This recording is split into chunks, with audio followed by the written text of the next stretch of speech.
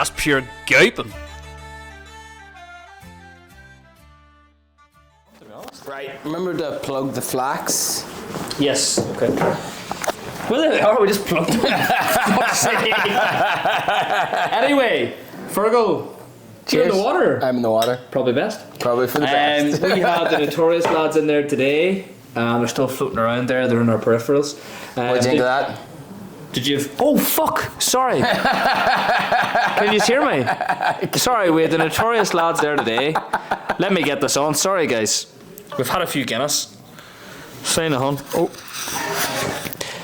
What do you think of that? I really enjoyed that. It's fucking brilliant. Really good crack. No, we had really good. Odhrán and DJ in from Notorious Pizza.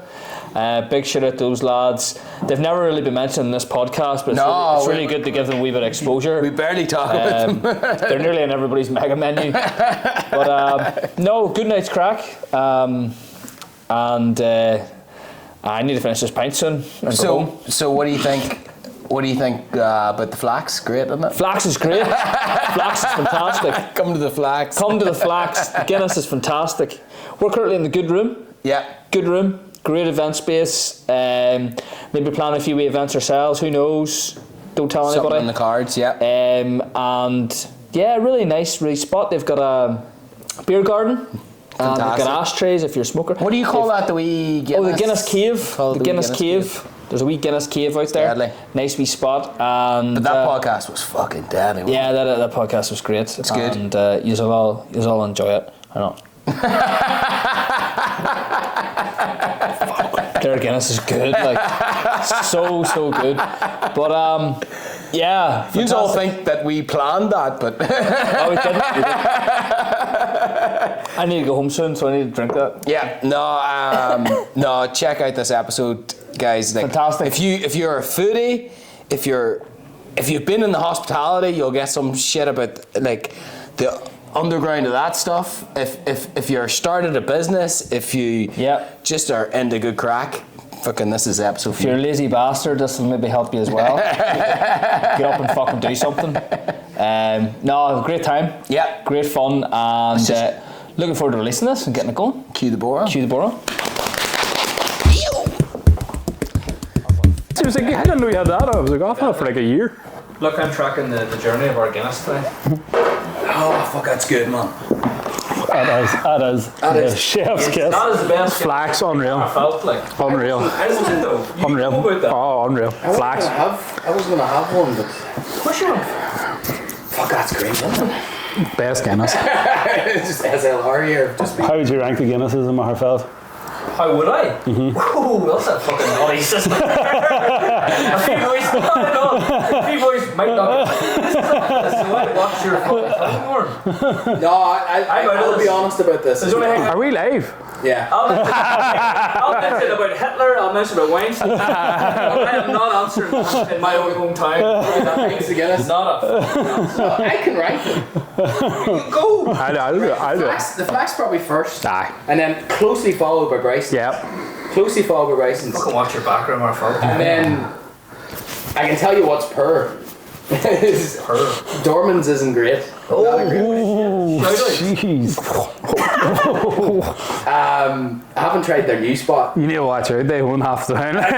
You're just barred from the wall. Mary's isn't bad. They get us in that. Tipsy Tap and Cozy have good out pints of Guinness. I haven't been Tipsy Tap for a Guinness yet. I had one there last week. Cozy does good pints. What were we drinking that day? I had Guinness as well. Like it's always they do. Cozy do like old man pints. Good old pint of tenants. It's hard to beat. No, very good.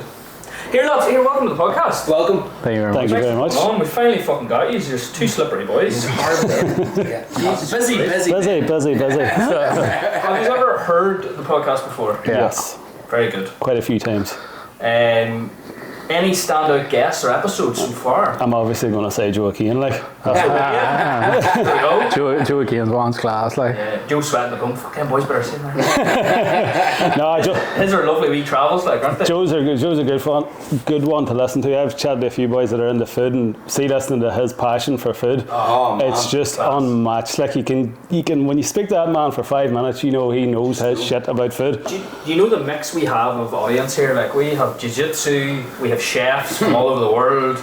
madness, like just. But there's a lot of random- crossover there. There's loads of crossover there as well, like, but it's just funny, you know, the people you pick up, and Joe Kane, just madness, like, people love it, like, the 2 episodes of it, and then he's opening the Dolphins in too, which is His was good. Big Ross's was good. Omega. yeah. And then was Crazy's. He was Crazy's one. on a couple of seasons. Yes, that's what it Should is. have brought him back to second time. But he's definitely going back a third.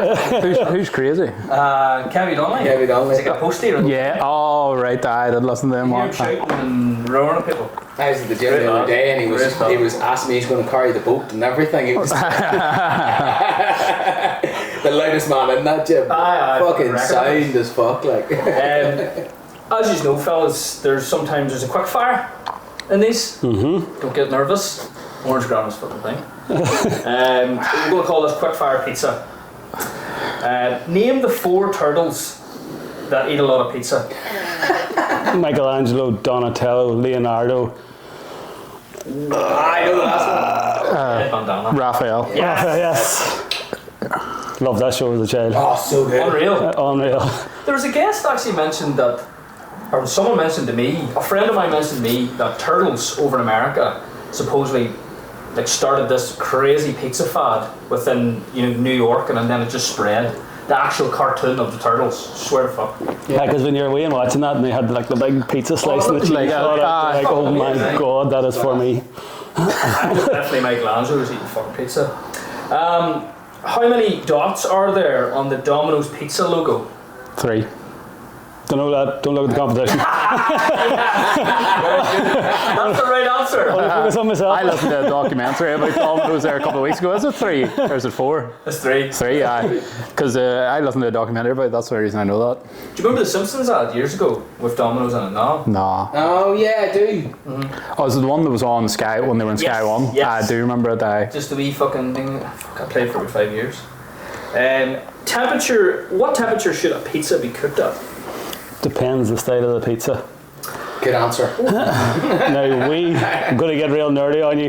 Yeah. Here we cook a Neapolitan style or close to it. A bastardized version of that for the Irish market. Now that's cooked at an incredibly high temperature, which is like 420 on the floor or 500 at the dome degrees centigrade. Now that cooks in 90 seconds. If you're telling me you want a New York style or a Roma style, then you're lowering the temperature down to whatever you want. The lower the temperature, the longer the cook, the crispier the pizza, depending on what you want. A wee bit doughier. What was the right answer there? What did you have written? Oh, I don't even know. You were just asking us. Here, you boys listen to this podcast. It's not an exact science. You know, you have to leave a few wee bumps in the road. Favourite crust type? You go with that big guy. Personal preference, you have to pick one. Just a Neapolitan crust, so it's got a good crunch to it, but it springs back into place.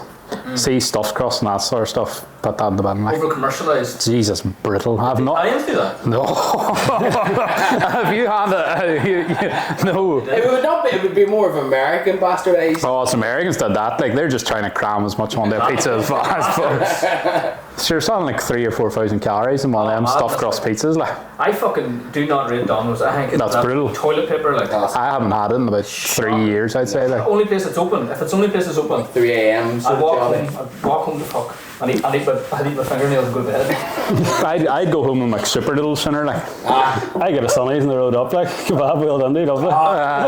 Sonny's isn't bad. Decent kebab. Sonny's are very reliable. Aye. Sonny's are fantastic. Like it's not like a fat bastard, but you get an LB delivery. Fucking everything's sweet. Like They use nice fresh salad. Aye. Lovely. salad's great. And it's proper. It's not like them old frozen kebabs they're buying on either. It's like I was raging one night though. They wouldn't make us any kebabs. It was just burgers. Yeah. Just burgers or chicken burger. I was fucking raging. I was dying for a wee kebab. I remember one time I went down to KFC out the road a few years ago. I was only younger, no chicken. I was like, oh come on. that's what it, just close the doors. Close the doors, like. I really hope it changed hands. I think you need to think about the Just have a bag of your soggy. infrastructure. Could I have a milkshake? No, that machine's broke as well. We hang our caps on that. The KFC crush'ems, hey. They're weird. Do you ever have them? I like them. No, because the machine was always broke. You've never had them. They're like ice pieces. I had it like once, the one that used to be in Drumahoe. That's now a church now. Like, They changed the KFC into a church. in Drumahoe, Fuck off. and it's I got. How did they do that? Well, KFC closed down, then you drive by it now, and it's like all the glass frontage is gone, like it's proper church now. Like, Wow. it's Presbyterian church or something. Or I remember sorry, I'm holding you back, like, but we have a we have a friend there, Big Ian Murphy, if he's listening, shout out. He loves his food, like, he really loves it. And I remember when I was 17, I passed my test. The first thing I did was lift him and took him to KFC, and he cried with happiness at the counter because it was the first time we were out without our parents, and he could order whatever he wanted. So he tear came to his eyes. That's a really nice story. Just dripping tears in his gravy. Oh, I know, he loves it. Very, very nice. Name 5 notorious characters throughout history. Oh, that's easy. Very easy. Well, top 5. we have to be, there's a politically correct line you have to go with. You know what happened? No, I had to draw the line. I completely agree. And do you know why I realised it? Because I was actually like looking up notorious people all week, like when I knew you guys were coming on, trying to figure out wee bits and pieces. And there's 2 sides of the spectrum of notorious. Oh, jeez, hey. See, whenever I was doing that wall, I don't really want to look at this guy. Moving on, Lindsay Lohan. Right, okay. And then it goes on to some other guy. Yeah. Oh, he's a bit of a weirdo. see when I was doing that wall and I was typing in like to try and get photos of people off Google. See, typing in notorious characters, like the first like 100 are just like war criminals who committed genocide. You think FBI was trying to take your over? I was like, right, oh, who's that boy? Like, just need a double check. He hasn't done anything too terrible. Tell us. Can I change the question? If you want. Tell us who are the most obscure people on that wall that's in the shop. Like, top 3. Some of them are fictional, like. Fictional then, if you want. Doesn't matter. What do Did you have Prison Mike? Yeah, I have Prison Mike on it. I have a great time. Just like if you're waiting for a pizza, or just kind of looking at the wall and like, oh, there's. I was in the other night and I was literally just like looking through them all. I forget half the time who I put up on the wall, like, to be honest. Lindsay Lohan's up there. Anthony Bourdain. He's up there. Anthony Bourdain fell down there last week and he got him back up. Robert Downey Jr.'s up there. Robert Downey Jr. Bad boy, yep, back in the day. Trying to think of Eminem, of course. Eminem. Johnny Cash. Outlaws himself. Bruce Springsteen's up there too, like. Is he? Would it be notorious? What are you on? He had a mugshot, so I typed in like celebrity. Okay. Celebrity mugshots was the initial idea, and then I thought it was kind of like jeans or something. and then it developed into like all notorious kind of characters, and then fictional characters too. I just started firing on anybody who was cool. I enjoy Prison Mike. He was like hiding down at the bottom. Very funny. People just catch him every so often. Right? That was quite funny. No, very good. What's your favourite pizza toppings? Separately. I go first, well. I go on you. For ours, like, I'm going to say ours, obviously, but it's we work with a local organic pig supplier or chorizo supplier. He rears his own pigs. It's a real good place. I've been up to it, and he makes cures his own chorizo and salami. Corndale Farm, see his stuff. It is just outstanding. Unreal. See the quality. He's won a lot of awards. He was actually over with Richie Sunak there a few days ago doing that Northern Ireland thing. Oh, right, yeah. But he's Michelin star chefs using his stuff, and it is unbelievable. And it's far too expensive to be putting on a pizza, like, but when you taste it, it's unreal. So like, it's different gravy, like. So what pizza is that on? That goes on the Tony Montana, it goes on the Italian Stallion or the Spicy Pig, like. There you go. They're my favourite. Yeah. Aye, them ones are the best, like. I must give them a go, actually. His garlic salami is just the chef's kiss, as they Is say. that both toppings? Tony Montana's got the garlic and black pepper salami on it with hot honey and fresh chilies. So is that your basil. Is that your favourite pizza? That depends what mood I'm in. If I want something I go with that, or the Italian style. That's pepperoni and chorizo. That's the one I would go for. Pepperoni, chorizo, hot honey, fresh rocket. Anything with that hot honey on it. What's your favourite? Is the Tony Montana? Mine's a bit of Tony Montana. Would be? Or the Italian Stallion. So those two are both the big boys, like? They have the most flavour, like. Medium. There's ones that are more popular, but if you've got somebody over here and you wanted to show them what you were about, it would be them 2 pizzas, like. These boys. Oh, the meat sweats is the most popular, like. Just all the meat, sir. But people do love that. Like, Someone said to me, "Oh, try the meat sweat one. It's unreal." And I tried both of them before because that's probably more my taste. And whenever I There's tried, one called meat sweat. Meat sweats, I didn't notice that. it's just all the meat. all meat one. All meat. And I had it, and it was nice. Like it was Just like frills, like. but it was.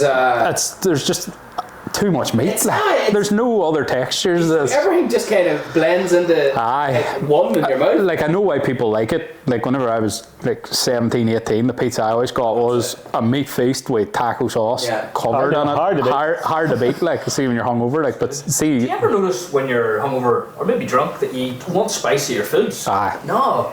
Like, I actually change flavour of pizza when I'm drunk.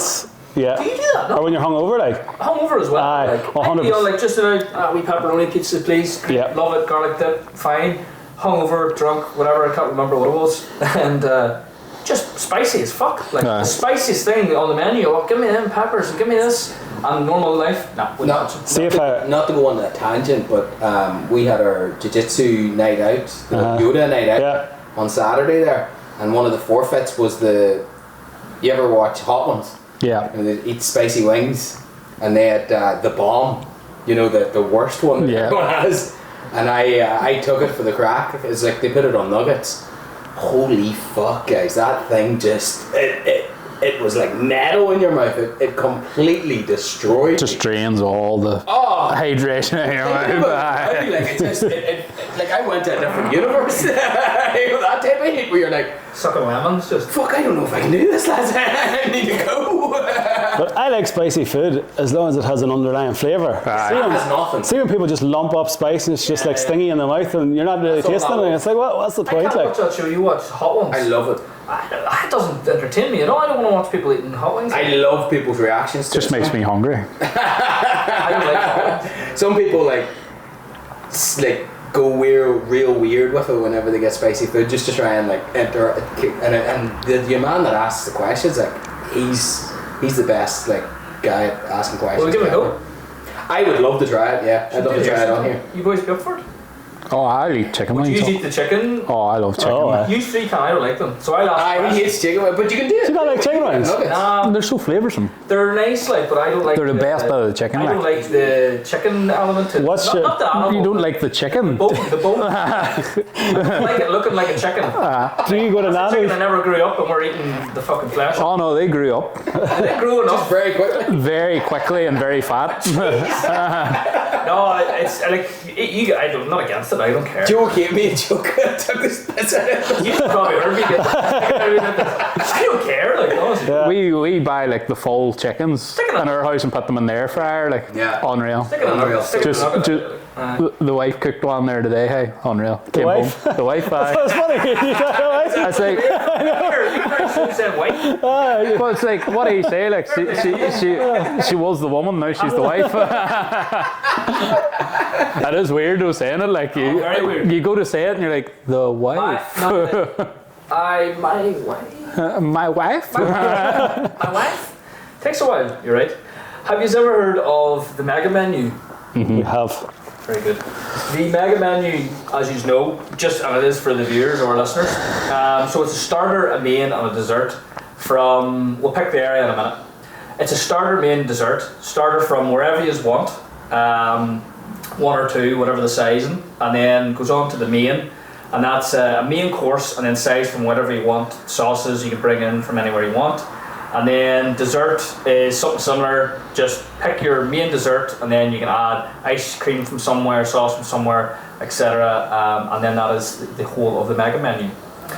Would you prefer mega menu Northern Ireland? Ooh. Or I don't know how culinary far you guys go. And I was thinking Marfelt wouldn't be fair because you aren't actually from Marfelt. Yeah, can we do Belfast? You just want to do Belfast? Do Northern Ireland. I thought I would give you a because what about Derry as well? There's Derry. These are connoisseurs of few eateries. You just want to go to Northern Ireland? Yeah, we'll go Northern Ireland because then I can jump between Derry and Belfast. Brilliant, I'm excited for this. Grand. We'll start with your closest.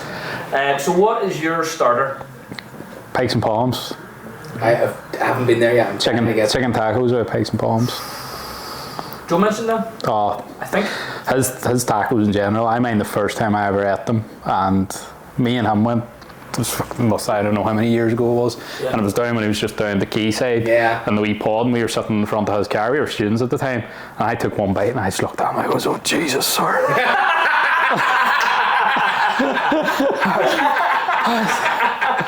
I couldn't speak. I was like, I'd never tasted anything like it. I always laugh as I see when we're testing a dish in the restaurant or we're making something new. I figure out can it go in the menu or not by the noises he makes when he eats it. So I brought him down a few and he's always messed about in the cocktails and it's like, nah, it's good. Then I bring him down and it's like, oh. I'm like, yep, that's on the menu. I'm the same. I'm very expressive when it comes to food. I'm like, You would be actually.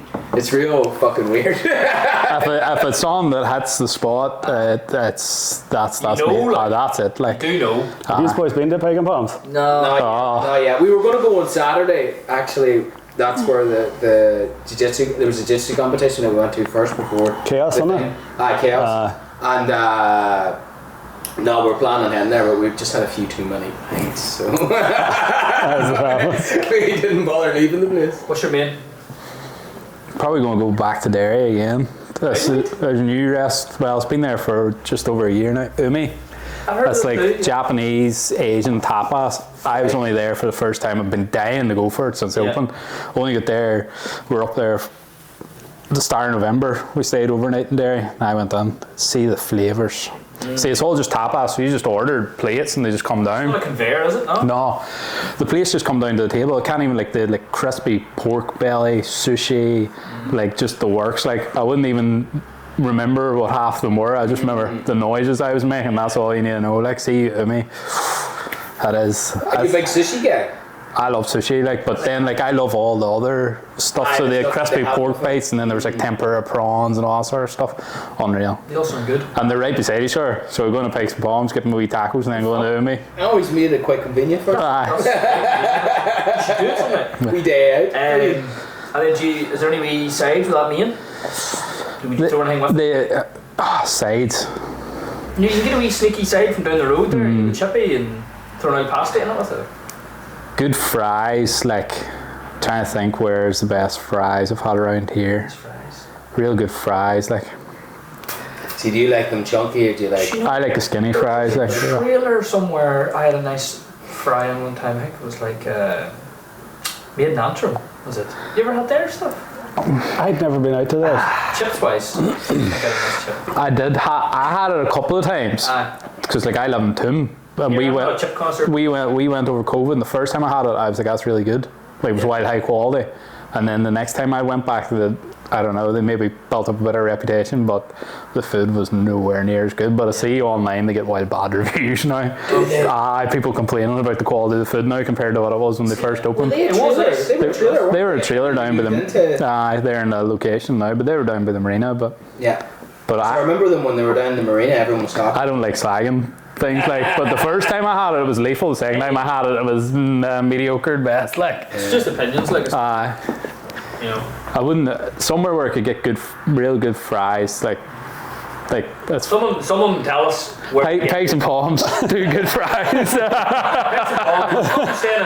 I'm trying to think. Thank you for the Derry man. There's good place in Belfast, but I can't remember which one it was where I got the fries and I was just damn, fries are.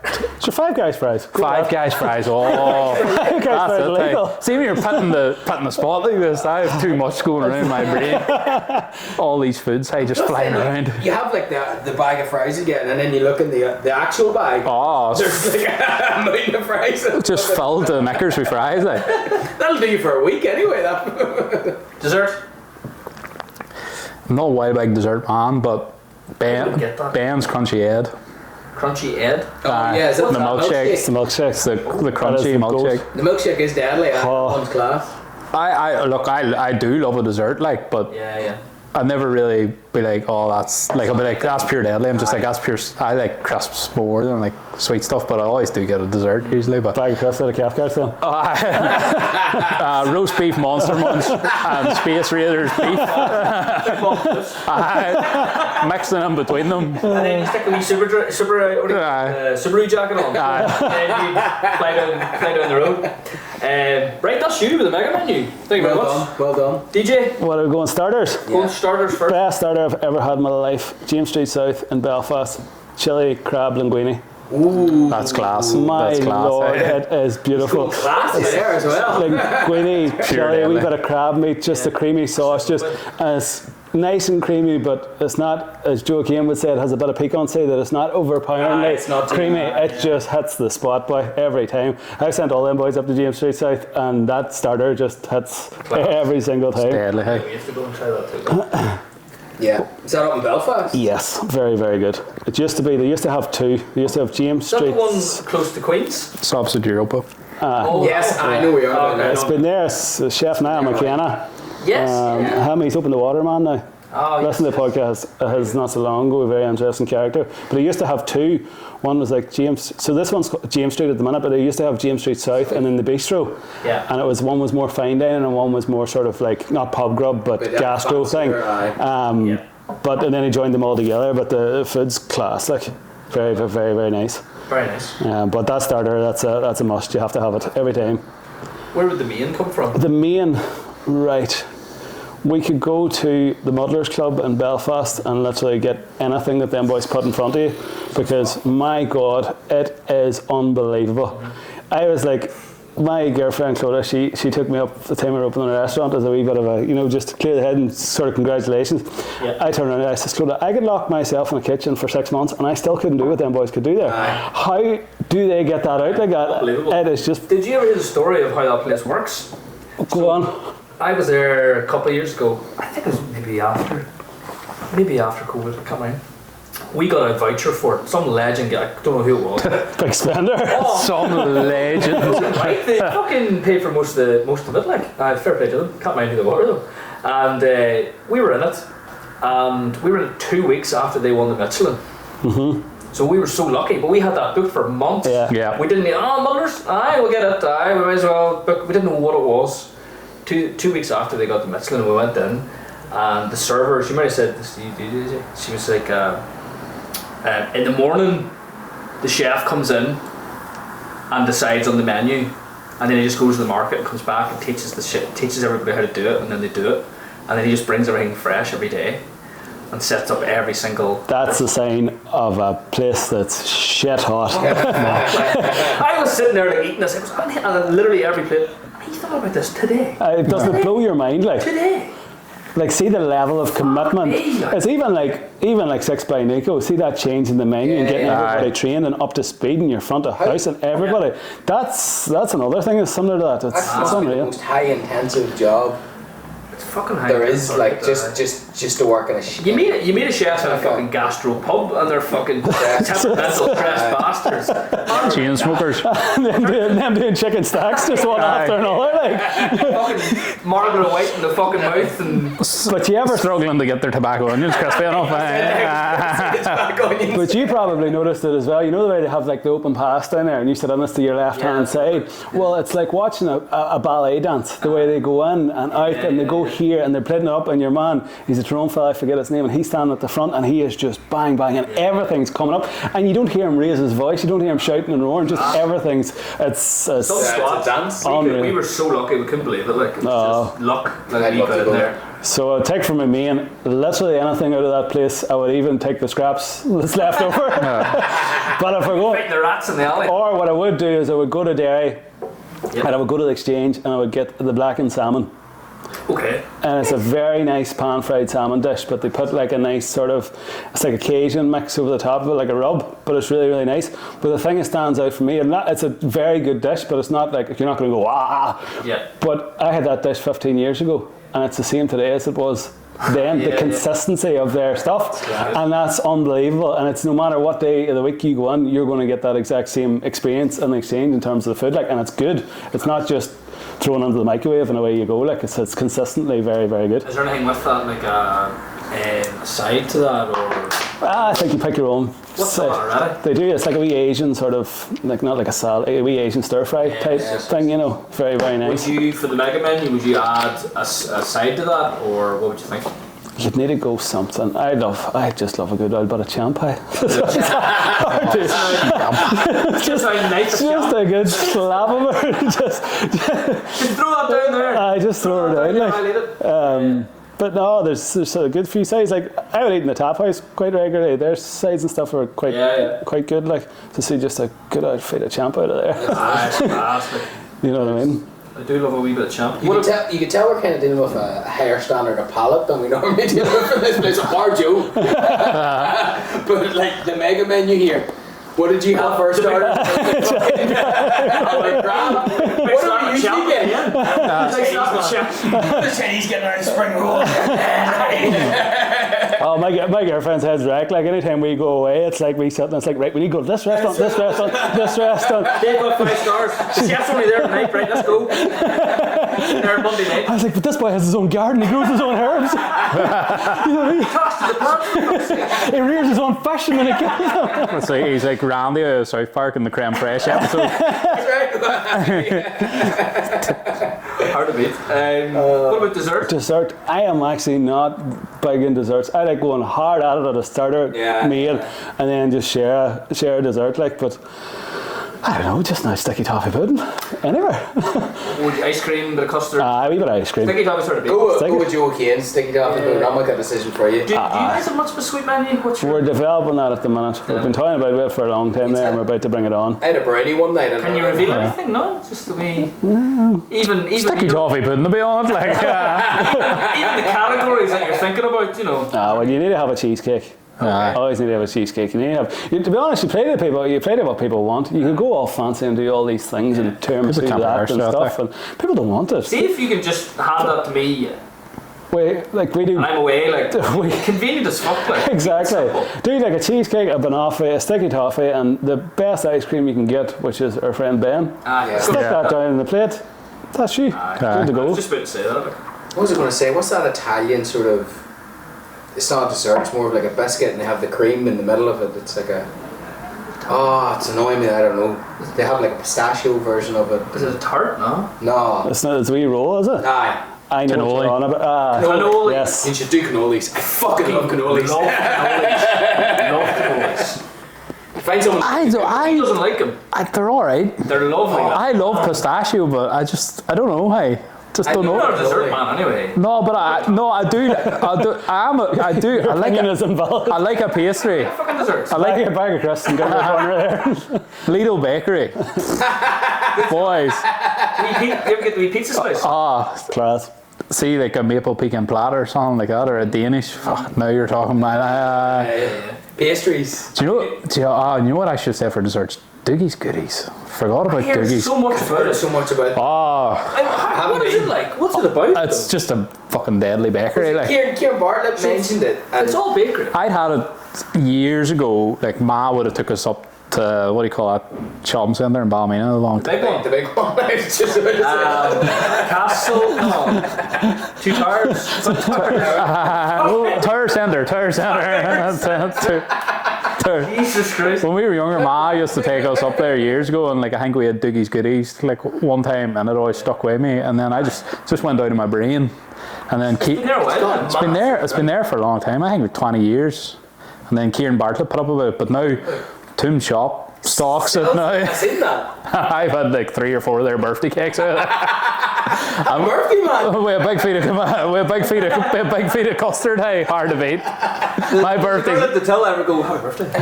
Tell you what you get for dessert. Krispy Kreme donut. Oh, Krispy Kreme donut. See, my brain just can't think when I'm put in the spot. Hey. Donuts are deadly. Doogie's Goodies, you could shout out. Black box donuts. Whenever my birthday a couple of years ago in COVID, all I asked for was black box donuts. Good gears. 6 of them, like I held The it. American style or? They're them ones. They're in Lisburn Road. They're just fresh. Glazing them? Aye. Oh, there's glazed ones. Aye, the glazed. They're mainly just... You can get like filled with whatever you want, but the glazed ones, and the simpler the better. Hey. Yeah. Them ones that are filled, the knickers are just too like heavy or something. Yeah. Do you remember Dunkin' Donuts? Fuck over the wee small ones. They were on. Oh, Dinky Donuts, you mean? Dinky Donuts, aye. Dinky Donuts, aye. When you were away, Aye. Fucking near kill you. they come out of the wee conveyor belt and all, like. Aye. You sit watching them like wee ducks. Aye. Fuck, they were class. Oh, they were. Hey, there's one outside Lisnagelvin in Derry, the shopping centre, and every day Ma would have been taking you into like Tesco's, and you were just like, oh my God, what about Dinky Donuts? We have Dinky Donuts at home. No, you fucking don't. Get them home, man. Chalk ice is in the fridge, shut up. I don't like chocolate. Oh, I can hear that now. So that's the dessert, all done. No, very good, lads. I was going to say, when did you guys meet? First day of primary one. No, play school. Play school. Seriously? We're about 4 years old. Fuck. Feeney's not a big place, sir. Where are you from, Feeney? Feeney, Is that near Dundee? aye, or say I didn't get 4 miles outside it, like. Were you far away from each other, like living situation? But a mile and a half. I lived outside the village and he lived in the village, like. Deadly. Very good. That was it. So what's that, 26 years ago now? Aye, 26 years now. Did you travel through education together? Yeah. Yep, same school, same primary school. Go you. So what was that primary school? What's primary school? Fincare and Feeney, aye. Fincare, and then St. Pat's Mahara. both of you with St. Pat's as well? Yeah. He's in a different class, he's in B1, I was in C1. I sat beside our other business partner on the first day of first year in St. Pat's Mahara. No way, that's when you met him? Big Rory, I sat, Really? me and him I remember sat. in school actually. Me and him sat beside each other on the first day of first year because it was all alphabetical order. He was the last G and I was the first H. Do you want to be my friends? Or I was like, hey sir, seeing like 13 years time, do you want to open a pizza trailer? Well, back to you in 13 years. And then they come out at lunchtime that first day and he's like, here, look, this is Big Ray. I was like, yeah, that's Big Ray. We'll be friends too. What were you boys like at school? Academic? Oh, or Jesus, now we're getting on the... sporty? No, I tried to pretend that I was sporty, like, but I was always on the bench, so no, not You really. had the wrist tape on and the headband on? We did our best. I pretended I was sporty, like, but I was definitely not academic anyway.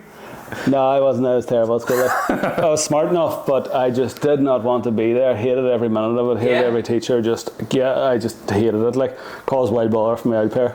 Oh, it does. But I was like, in first year, second year, I got caught for selling sweets 3 or 4 times. Got put out. I got. Selling something else there? I did the sweet thing. Oh, I nearly got put out. You get the 10p bars and sell. Oh, I done that and scaled it up at a wild rate. So I got to a stage where I actually paid. I took the biggest boy. This was like second year.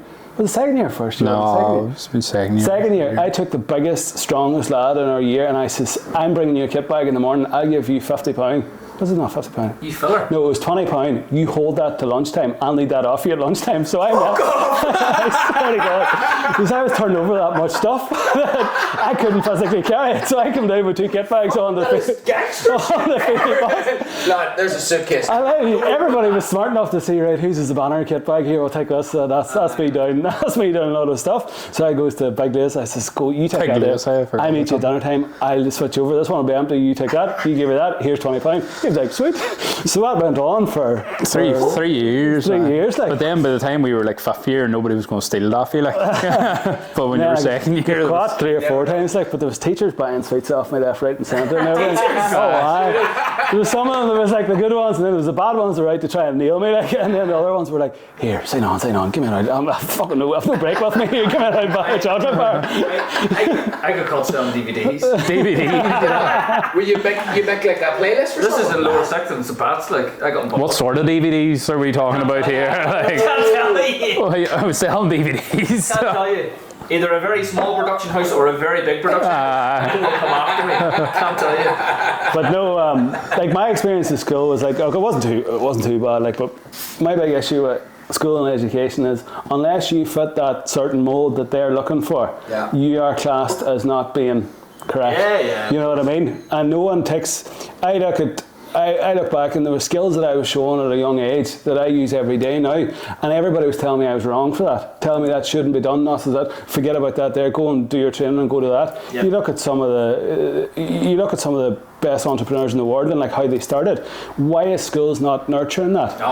You know what I mean? And that's my biggest thing. I've mentioned this before, like they need to reform the whole education system. Oh, it's a mess. It's a fucking mess. What are they teaching? Even uni's a pure mess. Sorry, like they're all nice people and I like schools, they're all grand and they do a good thing in a sense, but they need to reform all the lessons they're teaching. Like they need to consider new. The only one person, the one sort of talk or lecture that I heard one time was the headmaster of Claudy School back when we were in like first year looking for schools, and he said something that really resonated with me at the time, and it stuck with me. He says, and he was a linguist, so he could speak like 18, 19 languages. There was a boy washed up in the Foyle in Derry, and he could speak some dialect of Russian. And let me get this story straight.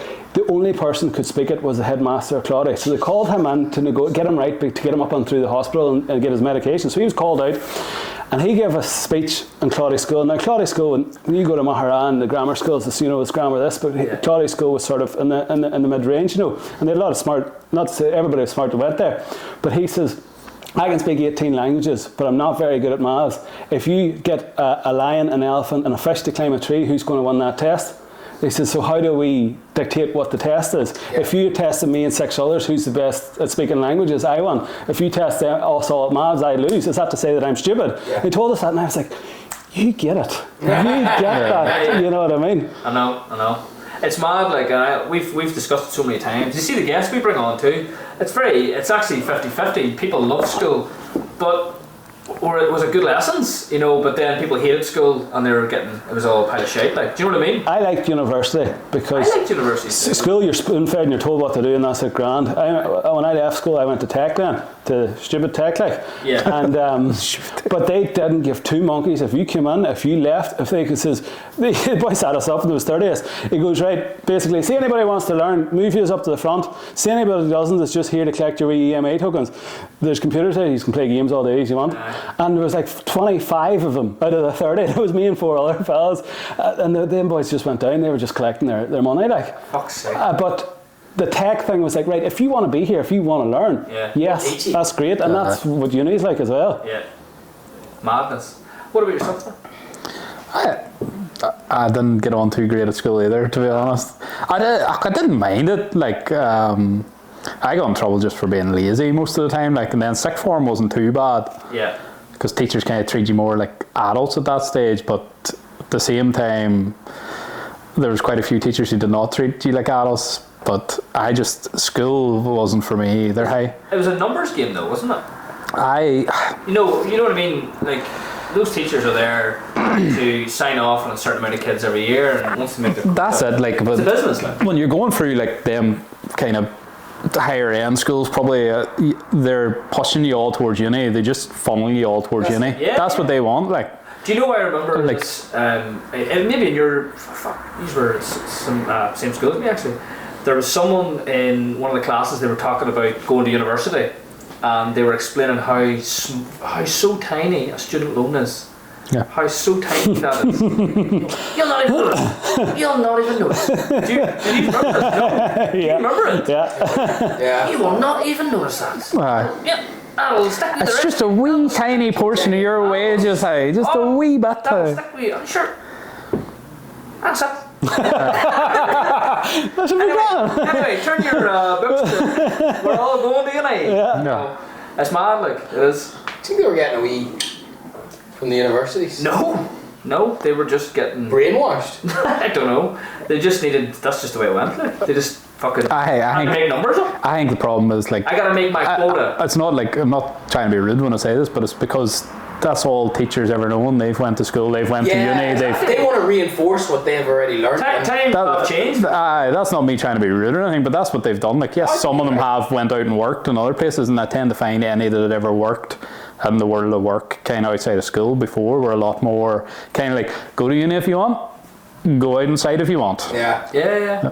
But like, that's what I found. It's like, so true, because like, if you think of a teacher, not to slag off teachers, but you hate teachers. I mean, no, but they go. We have quite a number of friends who are teachers. But they go through the education system, and 90% of them don't leave the education system. They go right back into the schools teaching. So like, well, that's for them, but I would say. But it's not their fault. They don't know any better. No, but I'd say the level that we're talking about, whenever we were at school.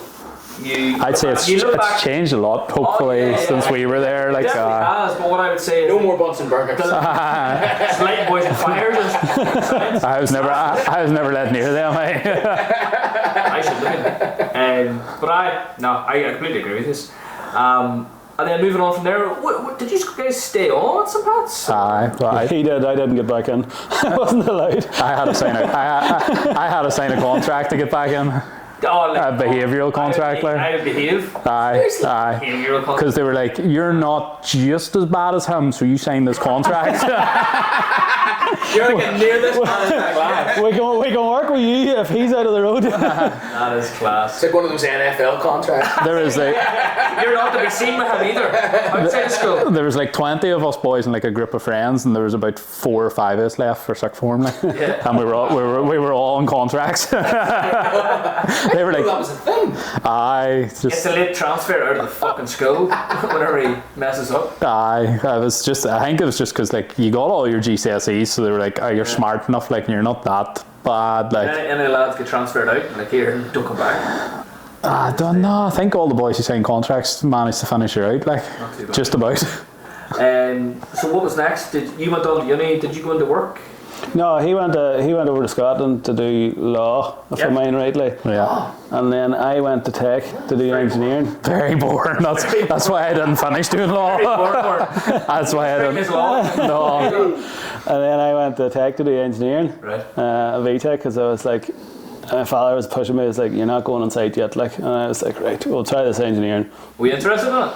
I was good at maths and physics, so that was enough. That's Enough's pretty enough. smart. Yeah. So then I went and done that, like, and it was good. And then I went on to uni after that, and no, I liked the engineering. It was cracking, very, very good. Very good. Did you meet again at uni at all? No. No, just up in Belfast for a few ropey nights.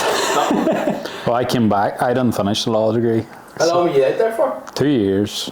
You out there for 2 years? Actually, it's 4 years over there. Like, so I just did.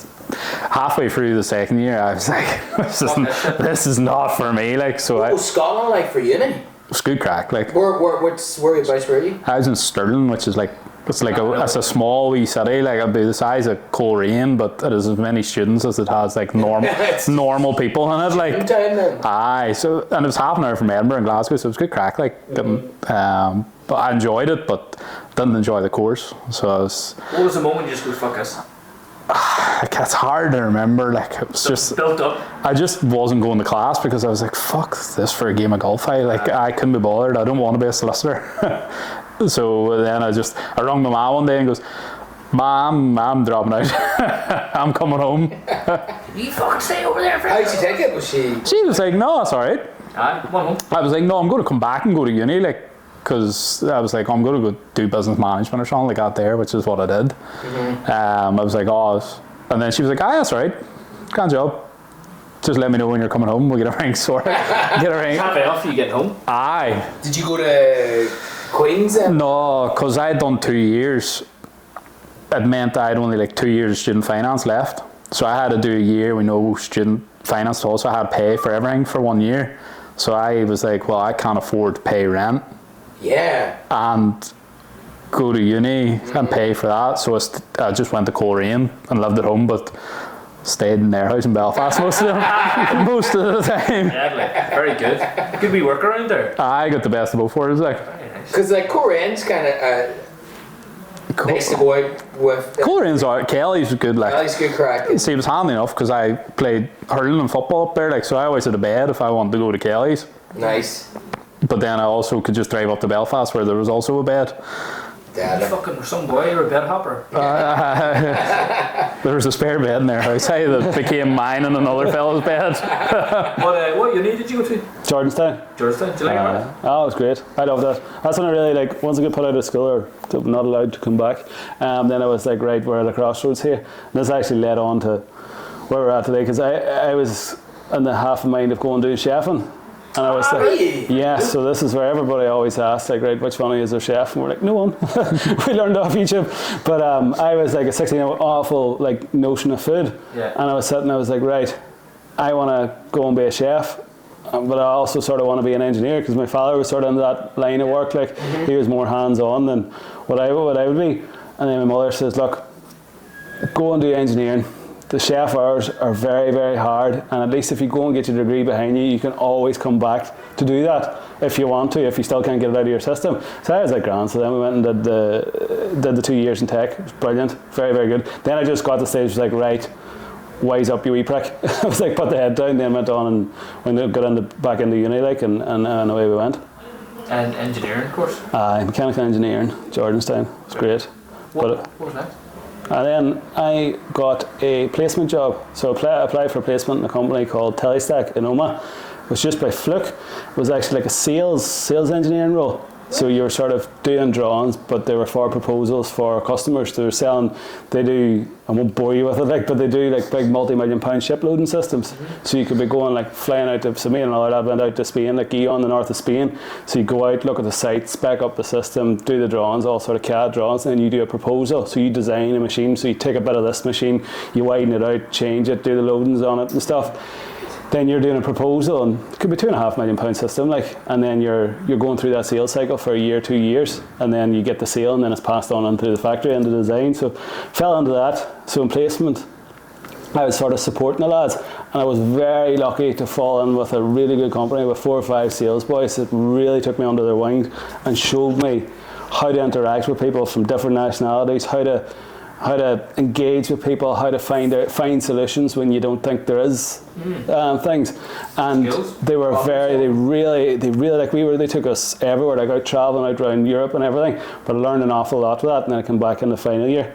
But the stuff that I learned from them boys I use every day there in the restaurant, Is that just how to deal with people, pretty much? Pretty much. I remember me and my sort of mentor, Carl, we were over in Germany, just out by Berlin, and we walked into a sales meeting one time, and there was 6 German salesmen and 2 one of the boys that owned the company, and they're all speaking in German, going flat between each other, and then they were laughing, and Carl, he went up, and they were started like laughing in German, like, oh, here's Carl, he's going to tell us about another machine that won't work. We were like, ha ha ha, and he just made a joke about your man, but it was like a joke with a jab flag, and everybody just turned and laughed at him, you know.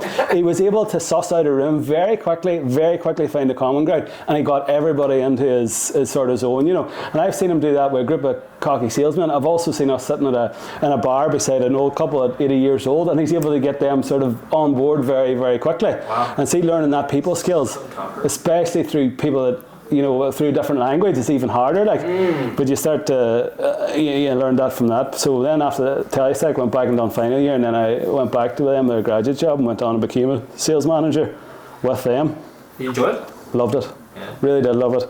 Like, they're really good people. I'd never say anything bad about Telestack. They gave me a lot of good opportunities, but it just so happened that we left to do this thing, because it was like, I was in Telestack, and yes, I'd done engineering and loved it, and it was great, but I was sitting every day and sitting at the laptop and be like, is this really for me? Does this really light the fire under my belly? And we were doing, I suppose we get on it, like, but we were doing the trailer and stuff in the meantime. And at the weekends, I was like having a crack and making pizzas, and I was like, yes, I can do this stuff, but am I passionate about it? Probably not, like, you know. So, but in terms of job and stuff, it was great, like, very, very good. What was your first job? After No, I did placement year as well, like, and I was always working in the bars and stuff, like, that's how I kind of got into the cocktail side of things, like, over in Scotland I was working in nightclubs and was like a supervisor. I managed to work myself up to be like a supervisor, and I came back and I was working in Walsh's and Mahara. Nice. Full time. I went in for an interview like the first day I came back from Scotland, and I was sitting down. I was just expecting to be like a barman or whatever, and they were like, our bar manager's leaving in the next couple of weeks. You're happy enough to do full-time hours and like maybe help out and do the rotas and the orders and stuff. You have like supervisor experience. I was sitting there, I was like 19 or 20. I was like what? Well, I suppose go on ahead. But then I did that, and then like started working in Dormans and Mary's and Secrets and that sort of stuff. But then placement year came around and I stopped working the bar. That's how I got into like digital marketing. I got a placement in the Sipster in Jordanstown, on their website, so selling specialist wines and beers and stuff like that there. And like I knew plenty about cocktails and alcohol. And I went on there and they're like, do you drink wine? And I was like, Buckfast. And maybe like Gallo, £10 bottles from the Hatfield. So I started, like, I got like a good education on there about other alcohols and stuff, but then that's where I learned about websites and digital marketing and that sort of thing. But when I was there, I'd always had this idea. There was a boy that I'd worked with in Scotland who was doing like going around houses making cocktails for people for parties. And like I was like, oh God, like I've been sitting on that idea since I came home, like for 2 or 3 years, being like, I was always too feared, like, you know, like before you go out there and do something like that, you're always like pure feared. Yeah. And I had the idea, and then I was like, I had to like drew up this wee like crude shitty bar, like pencil drawn, like my dad's like a metal fabricator. Perfect. And I was like, oh, would you be able to make that for me? And he goes, what for? And I was like, oh, I'm gonna go around people's houses making cocktails for them. And he like laughed at me. he goes, I'm fucking not doing that, like. I had already foreseen this, so I goes, no, Dad, you have to. I've already spent like £300 or £400 in drink. And he goes, oh fuck. I make it story. So he came back and he was all fucking proud of this bar that he made for me. And then I said to DJ, I was like, sir, I'm gonna need help with this. Like, I can't do this all on my own. So like, first night we went out was to like, it was placement year. We went to Portland to a beauty salon. Like, a girl that we were friends with worked there, and she was like a week beforehand. Like, I was planning to like launch it like a month or so later. Yeah. And she was like, oh, you come make cocktails for us at our birthday party. And I was like, I haven't fucking sorted anything for this. So then I was like, DJ, I fucking need help here. So then we started doing like the booze bar and the cocktails from then. Class. So we did that through placement year and final year. And final year we started, he designed and built the trailer. Before that, we were both working in bars. So I was working in the bar just a part-time. Like, I don't know, about 6 years. How many do you do? 6 or 7? Aye, 6 or 7, aye. But we were both coming back. I was coming to the tail end of placement year, wasn't it? I know it was the start of placement year, actually. And we were like, I really, really do want to go back into working in the bar come final year. Like, so that was sort of the catalyst that drove it. Was like, right, we'll chance this throughout placement year. If it works, then happy days. That's our wee part-time wage when we're in final year. Fuck, we were flat out. Yeah. We were flat. What year was that? 2016, I think. Really? Jesus, were you the first to kind of do that right here? There was a boy, and like I didn't actually know about it. There's a boy in Claudy that was doing it 5 miles down the road. I'd never heard of him before, and we were doing it for like a month or two. And then somebody was like, "Oh, there's a boy in Claudy who does that." And I said, "What?" But like, there was him, and then there was like a crowd in Belfast that were doing it. But they were doing more like weddings and that. They were doing bigger kind of things. Like, but there wasn't a while like. I wouldn't say we definitely weren't the first, like, but there wasn't many people doing it. And were you, was it word of mouth that sort of was getting you the jobs, yeah? Word of mouth took off like mad, and then obviously I started putting my digital marketing. So I ran like Google Ads, and we were like just fully booked, like flat, like if you typed in mobile bar, you would have got it. Northern Ireland, we were first in Google. Like, I mean, you showed me that one day. It was quite funny. You like, kept typing in things, and you. I was like, look, cocktails Northern Ireland #1. No matter what you type in, like our SEO was just number one. There was like one stage I was getting like 40 messages like a week, like 40 inquiries a week, and I wasn't running ads or anything. Like, and I was just like, I'm fully booked. Like I literally, we had. You could do weekends, I suppose, was it? Or? That was when everybody wanted it though. Like that's when you got the odd ones during the week, but then we got a second bar in the go. But then he started building the trailer. No, so it was that Christmas. Me and him were doing the Booze Bandit flat out, like, and it was all going grand. We went to Galway. It was us and a group of friends, like, and by Gary we were out for a fag. Feet of Guinness, like, we had about 10 pints deep, and we stood out. It was like, give me a lighter. I was like, boys, I'm not just saying this because I'm a few pints. See if you're doing anything like that again, I'm on. I'm telling you right now, I'm on. He says, you don't leave me out again, like, fuck on. And I mean, we were stocious drunk that night. I says, right. He was getting his true feelings out that night. He was like, you're not fucking leaving me out of that shit again. And he was working as a trucker driving around Europe, like. I mean, just constantly drive, fuck these bastards. and me and him, we're like, right, we don't have Saturday nights, like, we don't get out Saturday nights, that's off the table. So he's like, I don't give a fuck. I get that. That was brilliant. So that was grand. So then me and Clodagh, we would have been away. Do you know, as you do sort of final year uni, that time you'd go in and I'd study break there for 2 days here. So we're in Berlin here, we'll crack off there and down south there. But I noticed that there was an awful street food craze coming in. And Northern Ireland is 5 years behind everywhere else all the time. Oh, is this? And you walk down and you could get, you could get absolutely everything. You could get tacos, you could get some with pizza, you could get traditional currywurst in Germany, everywhere.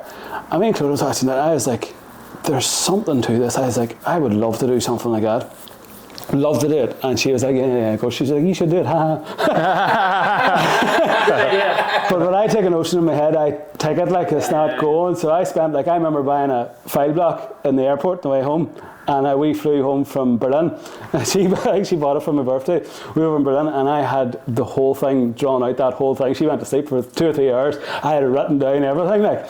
So I went home, I was like, look, we could do this. I was like, well, we weren't going to go with like burgers and fries. I was like, because none of us know how to cook, and you're up against chefs there that like the Pikes and Palms that are doing that for years. Like, you'll never compete, you'll never be as good as them boys. I was like, but this pizza thing, we could do this. It's like, I started getting into it more, and I was like, wood-fired pizzas and making your own dough fresh and stuff. And I was looking around me there's a million pizza places around here, but I thought that we could do something different or better that might be nicer for somebody. Yeah. So I was like, and then I was looking at all this engineering I was doing, and then we priced a trailer, and it was like mental money. I was like, oh, reverse. But I was like, looked at it, and I was like, sort of learning how to use 3D CAD at that time, and I was like, I can draw this. And then my old boy's a welder, and I says, Dad, I have this mental idea. I says, we're going to do this here. We're going to go and get this big wood-fired oven. It's a half-ton. If I draw it up, could you build it, in theory? He was like, yeah, of course I could, Grant. So then, I shit you not. Do you remember when everybody was all into Call of Duty? Yeah. It was like Call of Duty, Modern Warfare 2. Modern Warfare 2. We were playing a team deathmatch. No, it was Modern Warfare, the remake, was it? Was the one, with the boat? The map is the boat. It was the Modern Warfare remake, yeah. It's whatever one it was, but it was, that map that's like the big boat? Yeah. Well, we went into a team deathmatch, and I says to Hamid Owen, I says, boys, I want to do this. Just want to do it. And I started going and saying, and I see that team deathmatch, I think I went 0 to 40. And that wasn't because I was too busy explaining to them. So I wasn't playing, but I was like, boys, this is the way we're going to do it. I says, we can do this, and Dad's going to do this, we want to do that, we want to get the funding. And I was like, and they were like, yeah, let's go for it. That's mad. So that sent us off. So I went into monk mode. I mean, research upon everything from designing a trailer to ergonomic layouts to doing power calculations and how much a fridge would need. How are we going to power it? Are we going to use a generator? No, we can't use that if we're going to certain events. Can we, because we're working off a wood fire, we can use an inverter. So it's a system you steal out of a caravan whereby you can put 2 batteries into it. You can invert that up into 240. That can power your fridge and your water heater. That's enough to pass you through the health and safety. Take it home at night, charge it. Massive, went through a lot of this. And eventually we got to a point, and then alongside that, trying to hone the craft of actually making pizzas. That was a wee small bump in the road. None of us do anything about pizzas, but I was like, fuck, you should have tasted some of them pizzas at the start. But it was a story that how Five Guys got started, and what he done was he went round his neighbourhood and he looked at the people who do the absolute best chips, and he sat outside their door for a day or two, and he looked where the chip delivery came from. He went to them. Yeah. Same thing with the meat, same thing with the bun, and he just got the best of the best. And I was like, right, if we're going to start this pizza place, we're all doing engineering and we're all working and stuff. If we're going to do people's weddings, we're not going to serve them shit. Yeah. So we're going to try and do it to the best we can. So that was the sort of thinking. So then we started looking at, what does the best people do over in England to get the flour from Italy? Yeah. So I was like, right. So we started to try and how and under Jesus could we get flour from Naples? Mm-hmm. So we found importers, we found tomatoes, we found recipes, trialed them, done them, tasted them. Then we started to look, right, what's local, what's very, very good. So we started to build up the menu from that. So then eventually, once we got to that stage where I says, we're going to go with this, so the boys says, right, we'll throw in a wee bit of the little money we had, and it was coming to the tail end of placement year, and we had nowhere near enough money, nowhere near it. We had a couple of grand between us, we were students, But I says to Dad, if we can get this, will you do it? He says, aye. So I went and applied for an Invest NI funding. It was like an ENI, it was Enterprise NI. Now, the only reason we got that loan is because I had 6 weeks left of my placement wages from Telestack. So they looked at that as if I had full-time wage, so they gave me an $8,000 loan. If I had waited 2 or 3 weeks there, I was a student, wouldn't get no loan. That was us out to the cleaners. We managed to get it. And then we got it, and then we built it and took it out, and that was the trailer in action, like. But it was mental. At the start, we hadn't a clue what we were doing. Didn't have a notion. But we knew that if we bought the best of stuff in, surely we were going to put something decent out, like, and then we just sort of hone it and make it better. Even when we didn't have a notion, it still tasted deadly. Because we were using the best stuff and everything. We were making our sauce fresh, we were making our dough fresh, and even though we were like completely fucking it up before we got it in the oven, it still came out tasting. Still tasting. It's like, that's good. We're just like, that's not a 10-inch pizza, it's a 5-inch square, but that still tastes deadly. We're getting there. But it was an ethos that we started with, and that will end with. I would like quality is everything for me. In case you can't tell, I'm a massive foodie. So like, you know, we had this debate. We were making dough by hand at one stage. So at the start we had no dough mixer or nothing. So we were literally taking flour, water, yeast, beating the head of it for about 20 minutes, letting it prove, and then balling it. No gym needed for it. No, I tell you what, some. It was. See the work we were doing for all we were getting. Like, you maybe only going to an event selling 40 pizzas, but you doing by 4 days work before. Like, but we loved it. It was class because we were doing something we enjoyed and we'd earned it. Or like, you know, the money was ours. We'd actually went and made this thing and went out of it. But Odhrán said to me one time, he turned around, we were coming home from a very long day in an event, and he says, "Sir, could we not buy in frozen dough?" And I was like, you fucking hell. I was looking at it as if he's paraphrasing here. I said, should we not just try? Should we try because we had the Llamas Fair coming up, and they were like, "You're going to sell 500 pizzas," and we were like, I was like, what? I don't have this in me. I was like, me and him were like trying to rack our brains to figure out how the fuck we were going to manage to do this, like. And I was like, will we not like bring in like test out some frozen dough or whatever, see if it's any use, like. And we tried it. So I says, right. You did buy it? Oh, I know, we bought it. Just I was like, no. And then he talked me around and he was like, come on, think about it. It was like, it takes us an hour to do 20 dough balls. How long is it going to take us to make 500? And I was like, right. So I said, tell you what we'll do. I was just like, we'll just test it. We'll take it in and test it. Just see how it is, and if it's shite, we don't do it. Like, well, you had to buy like 200 dough balls or something to get them in for a test. They come they're just dough balls, frozen, like, but they're mass-produced shit. Like, we took one out, or we took a few out, like, thawed it, tried one. Both of us took a slice and we just looked at each other and goes, nope, fuck that. Absolutely not. Fuck that and threw it in the bin. We went back to making dough by hand. But that was leading up to the Llamas Fair. So that was our first. Was that your first Llamas Fair? That was the first Llamas Fair. So we started at the summer. A month or two. We started in June. We went to like a Limavady Valley market. We were doing like 20, 30, 40 pizzas. Like, we felt we were mental like at the time. And it was grand. But this Llamas Fair was coming up, and we went down to Ballycastle the week before, and it was really sunny. We'd done like 80 pizzas, and the boys, I was trying to figure out, I said, what's this like compared to Llamas Fair? He says, Llamas Fair's double this, triple this, whatever. And we were just like, how are we going to do it? Like, but we did it. We tried it, and we had it. Was it all still handmade? Handmade. Yeah. We got up in the morning at 6:30. No. First morning we left at like 6. 6, we 5:30 there at my house. We packed the trailer, and we were driving actually my father's Jeep at the time. It was now we couldn't afford it, or no Jeep, it was a van. It was a Citroen dispatch van. We couldn't afford a Jeep, so we drove it down, got set up. So that's down Ballycastle, isn't it? So that was us from 5:30 that morning. Feeny from Ballycastle. Me, him and Roy did what is that, like an hour and a half? About an hour and 15 minutes with the trailer, But it's longer when you're going at 40 mile an hour. So we get down there, and it's a 3-day event at that time. It's a wee bit longer now. So we get down there, done the event from 9 o'clock or 10 o'clock usually it starts, and then that was us to 9 o'clock that night. We get cleaned up, packed up, 10 o'clock. Back at about 11:30 to Feeny. Then we had to start making dough for the next day. So we started from 11. One boy started cleaning equipment. The other boys got the dough on. The other boy made a cup of tea. And we sat from about 11:30 to, I think it was 3:30, wasn't it?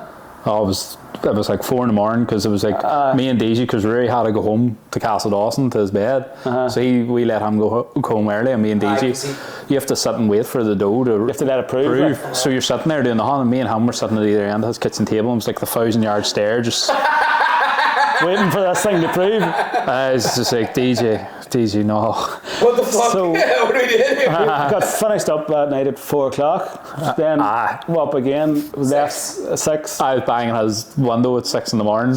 I went. We done that. That was the Saturday. We done that the Saturday, Sunday. Night. No. Monday as well. Monday and Tuesday as well. Oh yes. What's going on here? Jesus Christ. Sorry to interrupt. Where's the toilet? Sorry to interrupt. Oh, it's there. Just go in there.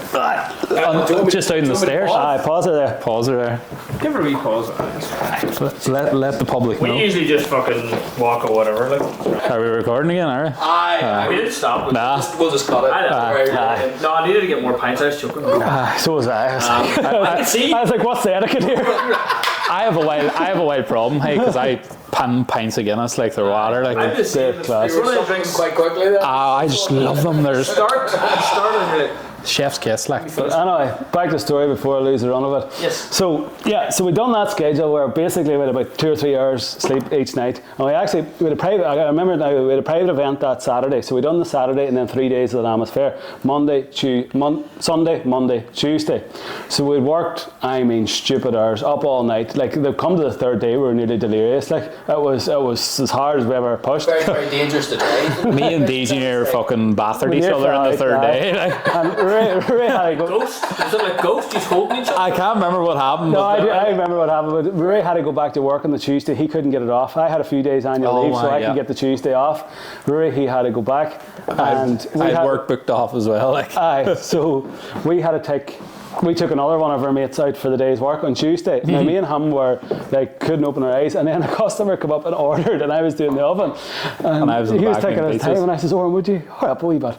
And he says, "Hurry up! I'll fucking hurry you up!" and the other Oren, our mate, he goes, "Boys, customers!" me and And he was like, "Calm down, there's customers down there." And we were like, "Oh, right. But get you boys to sign those fucking behaviours. that was the closest we've ever came to bathering each other. Like. We were full on. We were just like, he was like, "Do you want to go?" I was like, "Well, we got to back away." What's that like? Because we're fucked. Oh, we were fucked like. But I was very cranky. then the kicker to the whole story was, because it was our first Lammas Fair, I didn't know what type of stock to order to get in. Now, everybody told me, triple this, double this, you'll sell hundreds and hundreds and hundreds and hundreds. So me being naive and young and gullible, I ordered in a shitload of stuff. Yeah. On that Tuesday evening, we had no freezers, we don't work with freezers, everything was fresh. I had to throw £1,000 worth of ingredients in the bin that Tuesday night because of it pissed rain the whole weekend. £1,000 after that, after doing all that. History all weekend. That's the whole. Nobody's there. So it was still grand. I was still busy, like, but it wasn't like Lammas Fair busy. We've done the Lammas Fair 4 times since that. It's been unbelievable. But that particular year pissed rain, so we had to throw a pile of stock in the bin. He kept taking this file block out when it was pissing the rain. Like me and him and Rory were standing there, and it was pissing rain. I think Erin, his wee sister, was there too, helping us, and he kept taking this file block out and sitting down, just writing stuff. And I was doing like in front of the house, and I go, "Sir, if you don't put that fucking file block away, I swear to God, you're depressing me." This is no word I lie, but we were bootstrapping everything. We were that under P financially that we had nothing. Like, we didn't have a bean. And I came to back. I says to the boys after, I says, "Boys, if we can get through that, this here tells you, right, if you have the character to get through this tells you if you really want to do this game or not." And I says, "Boys, we have 2 options this weekend. The money isn't where we thought it was be. We were hoping to buy a wee dough mixer, and we were hoping to obviously pay ourselves a wee bit. A couple of, not mad, like tenner an hour would have been grand." It works. No, not counting the prep, like that's just tenner an hour doing service. People a day, like. Directors of business. It would have been great, but I says, "Now, boys, tell us this. I don't want to be dictating. It's not my choice. It's everybody's choice. We have 2 options here. We can either take wages for the weekend, or we can buy a dough mixer. One or the other." And the 3 boys looked at me and goes, "Dough mixer." get that thing bought. I didn't hesitate. There wasn't a second. There wasn't I didn't think about wages for. Don't mixer. Don't mixer, sir. So we'd done it all for free, like just to get the dough mixer. And the dough mixer wasn't even expensive. It was only like £300. That's all the money. That's all the money we made was like £300. we should have. And threw out like £1,000 of stock. But then the next Lammas fair, me and DJ did it. Rory was away working or something. We did it with like all their front of house staff, and we were like, "Oh, sure. If we do what we do last year, we'll buy enough stock for that there. It'd be grand." Son split the stones for 4 days straight. The first day we sold out everything. So we had none left. Me and DJ just kept looking at each other going, every like 10 pizzas we sold, DJ goes, "That's another £50 each." He was like working the oven, I was in the back just making pizzas, just smiling, looking at this massive order rack that I had to pull out. I was like, yes. So what was next from that? So that was sort of year one. That was us finding their feet. The year after that, then it went on a sort of, not an autopilot, but just ticked on. Yeah. It was just like, because we were all working. We're working. The chiller done at this stage. Aye, that was when you boys came on. We got that design done for the Lammas Fair. That was a big push. You remember there was an awful push there. We met in the terrace. So we took some more of your profits then. That Lammas Fair was to pay half of you boys back. You should have done that for free. We're hard. No, because that's what I said. If we're going to do this, it needs to look the part down the Lammas Fair, because this is going to win us business. Like, well, that truck definitely stands out. Oh, that's class. Like, James involved. Aye. Shout out. Do you remember it was the World Cup was on, England were playing Croatia, and we were down the terrace for a business meeting, and then we all sat on drinking pints, cheering on Croatia. they put England out. What was it, the Euros or the World Cup, paying penalties? Aye, so that was sort of year one, and then we sort of, because we were sort of only getting started in our career, we were like, will we, won't we? I was wanting to be an engineer. He was, what were you working at that time? I was working, I only ever worked in the graduate job for 8 months. I was in sales and SDC. Nothing wrong with it, but I just felt like blowing out my brains every day. watching the clocks, just pure bored. Like, couldn't be. I didn't care. Like, but we were still only doing this and Booze Bandit as a part-time sort of hobby, basically. Did you ever think about it was going to join together? Oh, we always knew that. We did. The idea was oh, here we can offer cocktails and then we'll offer like pizza for. So like we did. We sort of left out a wee detail there when we were doing pizza. When we were doing the cocktail parties, there were people like, "Oh, do you know anybody that does food?" So you had that in the back. So we had in the back of our head, right? There's a bit of demand. Does food. Yeah. And I'm like, yes, I like cocktails enough, but I don't have the fire under my belly for it. That's him. That's him all day. Well, DJ never made a cocktail before until the first night in Portland. I go, "Sir, it's all right. I can show you. It's easy enough." Like, it's tough enough. It's not rocket science. It's just a memory test. Just remember what's to go in it. But I was massively into food, and Oren likes to eat food, but I just, you know what I mean? Like, I love food. But so that was the sort of hand in hand. We always joked about it. We were like, "Lad, imagine having our own like cocktail restaurant. Like that would be the thing." And he kept telling me, "No, DJ, that's nothing but stress." But we always joked about it back and forth. I'd worked in restaurants and hotels and been in kitchens and stuff, and I was like, because I'd been offered like management positions in different places, and I was always like, "No." Yeah. Yes, brutal. Like, you told me a few stories. I wouldn't mind owning somewhere, like, but then I was like, and then he was like, "Oh, I want to own a restaurant," and I was like, "Geez, I don't know. I don't know if you really know what that entails." And I don't want to leave Ray out of the story because he's much of a part of it as we are. Obviously he's not here tonight because he's up there making looking after the restaurant, or else we wouldn't be coming down here. I'd be running out like a blue house in the kitchen. I know. He fingers to the boat. Don't show him this. But Rory was on there as well. But Rory was out. He was actually working away in the Netherlands. He was over in Holland back and forth and stuff. So we were sort of going out the odd weekend and doing a wee bit and then working on our own job. There wasn't really focus, and we had a massive load of bills to pay off on it. Like, so we had to sort of do it. So that sort of kept going for 2 or 3 years, sort of 2 years, and then COVID hit. We were doing before, it was all like private parties and weddings was our big thing.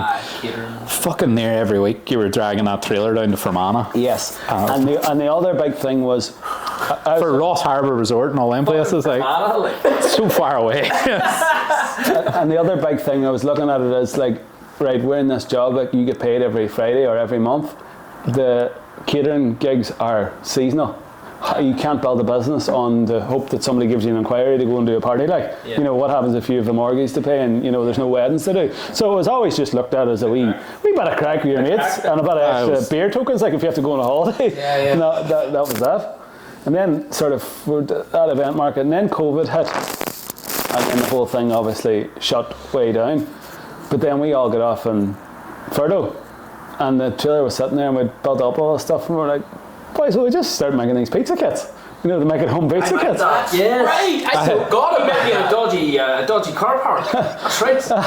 He was sitting in Maherfield in furlough and was arson, and I had already started, like, started doing digital marketing for myself for about 6 or 7 months at this stage. But then obviously with COVID, you know yourself. Yeah. Digital marketing went through the roof because everyone was like, I need a website. How do I sell to people? So I was flat to that, and then we had seen boys in England doing these pizza kits, and DJ sent it to me, and he was like, what if we start doing this? And I goes, sure, I'll stick another post up here on Facebook, take you a photo of it here, because he was in Maherfield and I was in Belfast, and I took a photo of it. And I go, sure, if we sell 20 or 30, that'll be a good crack, wouldn't it? And I put up our PayPal link. Fuck, my phone just started going ding ding ding ding ding ding ding ding ding ding ding. Like a celeb. I was like, us boys, me and DJ, and Ray were like, holy fuck. So Ray, making dough again. Ray, he was over. Actual dough. So Ray, he was over in Australia at the time. So he took sort of 6 months to go over. There was a lot of work, and a few boys from Feeney needed labourers and stuff. So Ray says, boys, this is a massive opportunity. I'm going to go. Do you use mine? And I says, scran. Pizza Tail's doing a wee bit, like, but you know, don't be worrying, big lad. It's sorted. Me and him had it sorted. So he went over there, and then COVID happened. So he had to get in the first flight home. He was in a remote place of Australia, in Karratha. He had to get home. So that was great. That was foreign labour coming in for the new operation. It's a big labour coming in. Big burly boy. Really, that's why we keep it up that post, and Rig flew in that day. That next morning we had to convert my whole fucking kitchen into like a production facility to do fucking things between the trailer and the kitchen. So it was like me and I get the missus employed going flat. She's making up boxes, me and Rue out in the trailer making the dough, getting everything going. Rue fucking jet lagged as fuck. Oh, he was loving life. He was like, yes boys, we're back, back on. So that was like, that went bang, and then a few shops started going. They caught on. That's right. I got it. Yes, can you supply them? So we were doing like a direct to consumer B2C, and then we were doing a B2D thing, and then it just sort of started to snowball. There was a stage like I was loading up the Jeep about, I think it was about 300 or 400 kits to go. I remember you dealing them at the back car park. It was wild. I was sitting, because like I was living in Belfast, so obviously like all I was doing was putting up the posts and answering the messages and sorting everything. I was doing that. Was like this stuff that I always did. And then them boys were just like texting me at like 4 a.m. They were still making dough, but at that time we had still been doing booze bandits up until then. But I had put up this thing then about the online cocktail classes as well. So I was sitting every night doing these online Zoom cocktail classes. Really? I didn't know this. Getting pure wankered. Because every cocktail class we were doing, like, I put it up just like, because somebody had actually messaged me and said, they were like a gym or something. They were like, oh, could you do like an online cocktail class where you teach us how to make cocktails and stuff? And I was like, fuck, that's a wild good idea. So I put up an old post and thought, sure, if I get 1 or 2 a week, that'd be great. I was doing like 3 or 4 a night, every night of the week. Did like 2 with like Rory Best, because we had went and done cocktails down his house like not long before COVID, like me and DJ. It was like a wee tiny booking that we normally wouldn't do, but it was Rory Best to text me. I literally text DJ and goes, DJ, I don't give a fuck if you want to go, but I'm going to pour it down to me. I'm bringing the alcohol with me. I'm going down there and I'm making 10 cocktails on that 4-hour round trip, and I'll be happy about it. I seen the message come on. I was like, no, surely not. Surely not. Me and him went down and we smiled from ear to ear the whole way from Finney to put it. Big Rory Best and Stephen Ferris and all the big Ulster rugby boys up shaking their hands, being like, they're fucking class cocktails. Unreal. Oh, I was fucking dead. They'd been out hunting all day. They were pure full, just wheeling cocktails and them, like loving life.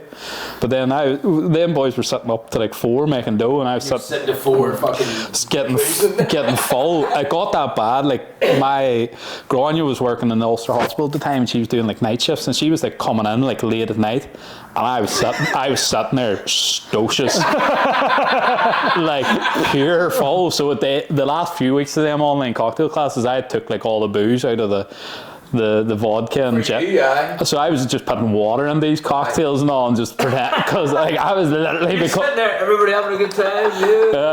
but I was some crack, like, but I was getting pure full every night. That might be the perfect job for during COVID. Like, I don't think I could. Like, that's what everyone was doing anyway. You were saying you were just a big cocktail head. Oh yeah. When Clina was coming home from the hospital, and we called it the Frenchy Factory. I just boom. French martinis. She walked in, she had the strip or whatever, like COVID laws or whatever. Went up and got a shower, came down, cocktail for me, cocktail for her, and then she went in there and I started the next batch. Everybody just turned into like, it was banana bread during the day, booze at night. That was it. That was a crazy time when you look back on it. Like, I enjoyed the cocktail. I was trying to do digital marketing during the day, pure hungover. I was just going to say, we were working our ass off. We were flat out with the marketing, like all the online stuff, and then it came to like 5 o'clock. I was like, right, I have to get full. Oh, there's a quiz on. I wasn't invited to anyway. Sorry, go on ahead. I was going to say, there's a quiz I was at one night, and I was the quiz master of it, and one of the guys got absolutely fucking hammered on whiskey, and the door was open, and as he was like moving away from the laptop, and as he moved away from the laptop, he like fell into the door frame. And like, everybody was just watching him this happen, and then him get up. And then like go to the toilet and come back, and he didn't even remember. And he didn't come back. He didn't come back to the computer. He just went back to like the bed or something. He forgot he was so he fell, toilet, came back. Oh, brilliant. I remember my quiz. I did wee round. It was like guess that bald head. So I was trying to, is it Fergal or is it someone else? So it's just photographs with like, you can take Woody Harrelson. Well, I think he was in the mix. He was in, and The Rock was in as well.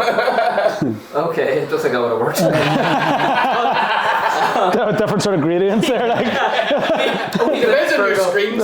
Maybe you turn all the settings to black and white. You might.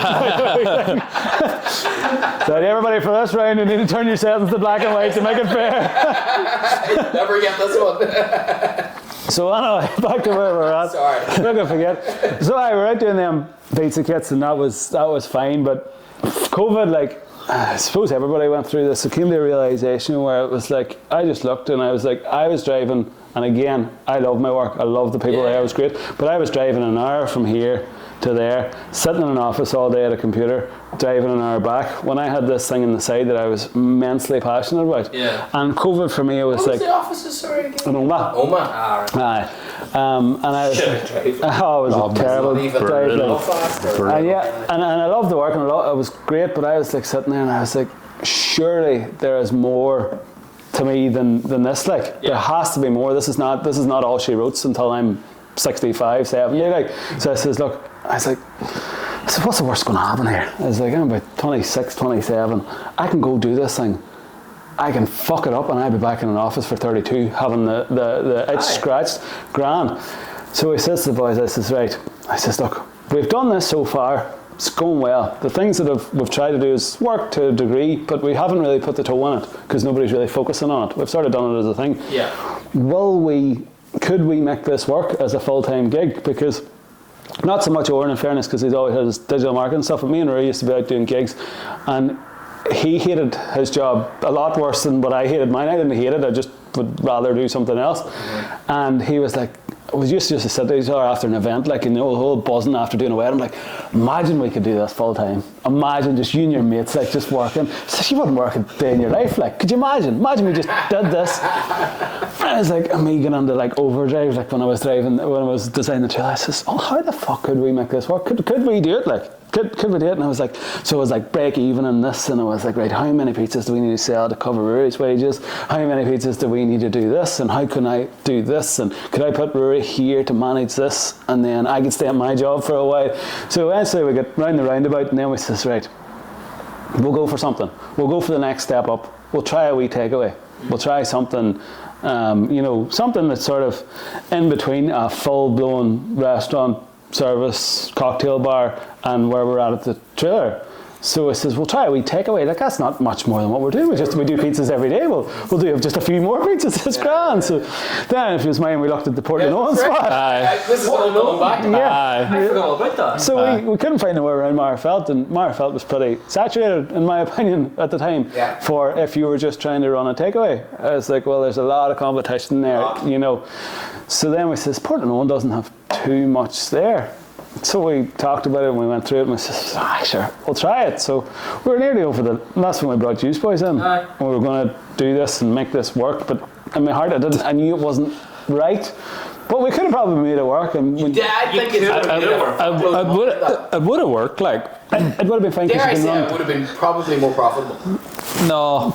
You don't think so? No. It would have been more profitable, less stress. Like infinitely less problems. Because all you have to do is just churn out pizzas. But it's getting the people to buy those pizzas. Like when you're dealing with a smaller area. Do you know what I mean? Oh, okay, yeah. No, that's easy if you are sitting like where Boojum is in Belfast, where there's a line there. But when you're dealing with remote, university going into the Boojum. When you look at and we I would travel for, but then you're right. Because why would you go to Portland? Because then I'd have to cool, those pizzas cool down and. I used to always, I can't remember now, but when I was looking at spots, I always look at general population. Spotter has like 500, Draperstown is like 1,200. I can't remember. It's been a wee while to look at it, but you look at that. If you're dealing with a population of 1,000, 1,200 people, people's not going to eat pizzas 3, 4, 5 times a week, so you need a big population to sustain a business.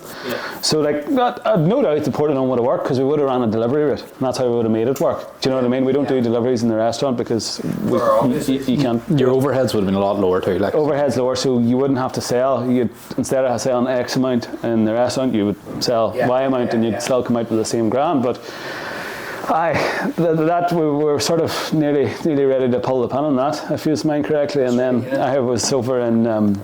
Close.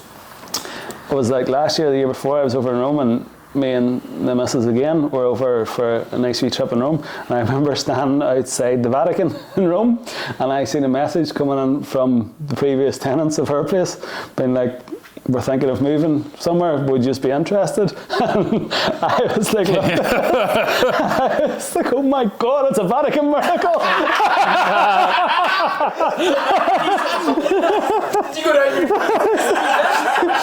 Is it like Father Ted or something where they go down and start casting? I can take you. 3 relic. I can take you to the exact point. Grade 3 relic. Grade 3 relic. They have to come over and.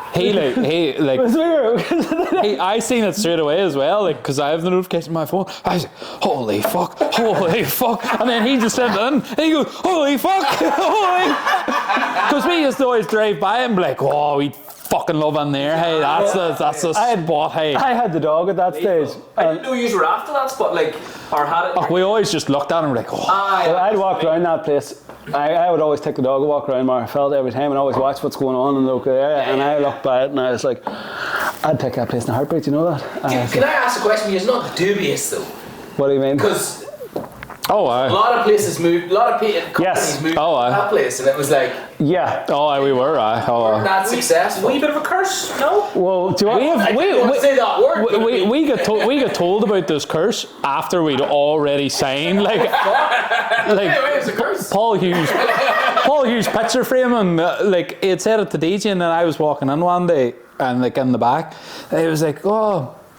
This was after we'd already opened now, and I was walking by and he was like, oh, how are you getting on, boys? He's getting on good. And I was like, aye, sir, we're busy. And he goes, geez, I thought you were cursed too, because I see no cars about here. I goes, what do you mean cursed? And he goes, oh, that building's cursed. Paul Hughes picture framing, right? He's beside the DV office round the back. He goes to me, oh, that building's cursed. You know, I goes, what do you mean cursed? And he goes, no business survives in there. I goes, oh, Jesus Christ. Wait, I've been up for like 2 weeks at the stage. And I was, holy. I was like, holy fuck. No, you hear that? You getting fucking a spell on you in the back alley? Jesus. I hear that. You are worried too, but again, I says to the boys this many times, you only get nervous or you only start to worry about that shit if you don't know your own game. That's the best way. So, and it's not cockiness, it's a wee bit of naivety, but if you know that you can put out high quality stuff at a good rate, give a good customer service, and genuinely be friendly to people, you will make the thing work unless it's wrong. If you've done your due diligence, if you know the crack, if you know how to reach people, if you get your marketing right, if you get your product right, if you get your service right, if you get your quality right, you know, it's only when one or two of them things is out of bounds, then you start to go and get cursed this and cursed that. The thing though, you already were building up that reputation. People were like, you know, I would go somewhere to eat that. You know that. This goes back to the stickler point that I had from the very, very start. I says, boys, whatever we do, it's going to be good shit. Good quality. I want people. I would be too embarrassed to throw cheap shite out, and people say, that's all right. Like, you know, if you can stand over your product, you're off the winner. Like, yep. If I didn't like something, like if I was like, that doesn't taste right, can't be served to anybody. Like, nobody should taste that. Then that's not right. Then like it's all about we look back and kind of thought about the other places that were apparently like cursed that were in there, or like, were they cursed, or was there maybe just something wrong with their business? What was the one? Apache. They do a chain. It's a chain. It's like Domino's, isn't it? Aye. Well, that's terrible. It was pretty bad. Did you ever see Americans coming over here and saying that? Like they offended? In America, you can't say that. Like, that's right. Aye. They changed the symbol of one of the American football teams. Aye. The Redskins. Redskins, and that was pure. That was an Apache Indian. I seen like a boy on TikTok. He was like American. He was like, well, hot damn, the Irish are the most racist at all. And he just turned around and he goes, look at this shit. A fucking patchy. Sure, here you're a racist now. But no, it goes back to the thing. But I'm just remember, see, when we're training kitchen staff, where it's, you know, how do you see what we want to do, or what we are trying to achieve? It's how do you get that into your staff and stuff, and how do you ensure, like, that's one of the hardest things. How do you ensure that when me and Oran's up here tonight, that whoever walks through that door is getting the exact same service as if he's in the front of the house and I'm in the kitchen? That's the biggest thing. And you know, see, our staff are fantastic, absolutely brilliant, and he looks after most of the front of the house. I would look after the kitchen, and I always say to the boys in the kitchen, I says, boys, I will be as sound as you want. Aye, boys, if you need time off, if you need this, if you need that, and no bother at all. I says, if you make a mistake, that is fine. I says, I have one rule: you do not put shit out that pass. I says, do not, if it's wrong, do it again. If you've burned a pizza, do it again. I don't care how busy it is, I don't care who you have to go. I says, if I have to go out and speak to a customer and tell them your pizza is going to be another 15 minutes, even though they've waited 15 minutes, I will do that. I'll take the shit. But do not send that out if that is not fucking perfect. Like, and I start to see that, like, you're holding those standards, and that's important as well. Like, seeing like us, our business, like a lot of people are like, oh, your big things, your pizzas and your cocktails. Our big things are staff. Staff's your biggest asset in any business. Like, from working in hospitality for years, I've worked in places where staff were treated half reasonable.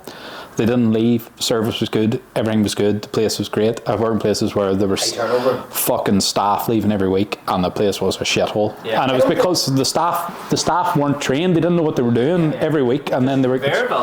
And I mind there was the one place I worked in, and I would come down like a Sunday, and I would have been like in charge of like looking after new staff, and there were like 3 new staff standing there every Sunday. and they would be gone by the next Sunday, and there'd be 3 more. I mean, Monday and Monday. Like they just Do one every week. turned over like that there, and it's like, how are you meant to train who's coming in? How Like, are you supposed to set standards? like staff's our biggest asset. Like, and we have a very, very, very low turnover of staff on there. Like, I think businesses don't realise that either. that's it. They don't. They think they're expendable. They're like, oh, I'll get another 18-year-old. Yeah, I can find someone just as easy. I'll get another 16-year-old to come in here who's never worked a job in their life. Yeah, but they don't realise how long that takes to train. It takes at least a year to get them to. Yeah. There's also a personable skill that Oh, aye. that's very hard to teach now. And that's not me saying all these young ones. Oh, aye. There's a fucking deficit in the skill set of having a conversation. See what I say, like, whenever I'm talking to anybody, like, I don't do interviews, I just do talks with people, I just chat with them.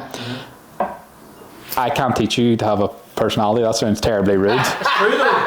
I can teach you to take an order, I can teach you to do all that there, but if you aren't able to talk to people, I can't teach you how to do that. You have to learn that yourself. That sounds terribly rude. Like, That's a mannerism. Aye. Like, that is a skill. Aye. That's not a skill like anything. And that translates into the kitchen as well. Yeah. You cannot teach a good attitude. Oh no, you You can't. can teach skills, yeah. Aye. See if somebody has a bad attitude. no. I would rather somebody with a great attitude and skills lower, or a shit attitude and being very, very skillful, you know. Yeah. That's it. It all comes down to work ethic with that as well, doesn't Yeah. it? Like, if you have a good attitude, you'll work hard and you'll try and get better at it. But if you don't, you think you're the dog's bollocks. You're just Yeah. Aye. fuck this. Joe's looking for staff at the moment. Joe the dolphin. Head out. Shout out. Don't take him in their stuff, obviously. Anybody that's listening, these guys love a bit of food and skills, check out the Dolphin Wine Bar. Sorry, I did. None of our staff would know where Grenada is. Did you see the episode? No, you didn't hear the episode. You don't even know where Gernaya. What were you calling it? Gernaya. I just call that acting again. Aye. I have not got it wrong since, I'll tell you that. I got fucking taught that night. See any young lad that has an interest and wants to get into chefing, I That's take the that place to go, opportunity mate. with 2 hands, like, to see what you learn. See under 5 years of Joe, like, oh Jesus Christ, you can walk into anywhere, like. You'd be jealous. But sorry, I interrupted there. But you were talking about staff, obviously, a most important thing. Oh, absolutely. Oh, 100%. If they take pride in their work and pride in what they're doing, like, obviously, like, they're never going to take as much pride as we do, like, and you always have to remember that. But if they care about what they're doing, and they're not going, fuck, I have to go into work today, or fuck, I hate this place, and they're coming in with, at least they're like, no, I like my job, it's good crack. Would you agree then it comes from the top down? Aye, You definitely. guys are setting everything there. Like, you are setting the tone for everybody. Oh, aye. Like, if we were going on there shouting and roaring and calling them all names and treating them like shite, like. Well, our biggest advantage is we are actually closer to the expendable 17-year-old in Airmarks than we are to this big old sort of traditional boss. So it's not that long ago that I was sort of working in the bar and stuff. And So only 5 or 6 years ago we were useless and being called names, like. Yeah, and you have somebody go out and preaching, you go, and you're used to this, you're that, and other, and it just doesn't work. Like, First week he's opened, what was the crack? aye, that was mental. That was then we did, from that initial text message when I was in Rome to then we done the whole shop fit out. Yeah. If you just remember rightly, that was another class. extremely stressful thing. But yeah, no, it was actually thanks to you, Fergal, believe it or not, was you got Katrina. Big shout out to Katrina, and she said something that stuck with me, and that's probably why that place is the way it is today. She says, when I go into that place, I think of it as a takeaway. This is your biggest challenge, is turning that from a takeaway into a restaurant. And it was just and we had intended just to put up a few signs. We had no money. You did some serious investment to that shit. Oh, Tara, money spent on that. More money than we had. That raise up there now. I think people don't know, like, well, obviously they notice because the people are coming there, but like the tiles coming in, like those wee black and white tiles, steps down, like that looked like a nightmare to do, by the way. I tell you, like, this is something I read this in a book, or listened to it in a podcast rather, and as a restaurant consultant in America. And he says, when you're getting into the restaurant game, get this through your head. What are you selling? People People say, oh, we're selling food, we're selling meals. You are not selling food. If people is hungry, they will go to Tesco's and they will buy something and they will cook it in the meal. What you're selling in the restaurant game is an experience. Yeah. So from the decor to the photos to even if you're standing for takeaway and you're trying to pick out who your favourite Notorious character is, to when you're out with your missus and the service has to be bang on, to Odhrán coming down on a Saturday night giving out a few free shots of limoncello, to everything. That's my party trick. Saturday night. to the layout, to the vibe. People's in for a few cocktails and they might go to Dorman's or Mary's or Cozy or wherever, they're going to LJ's or whatever.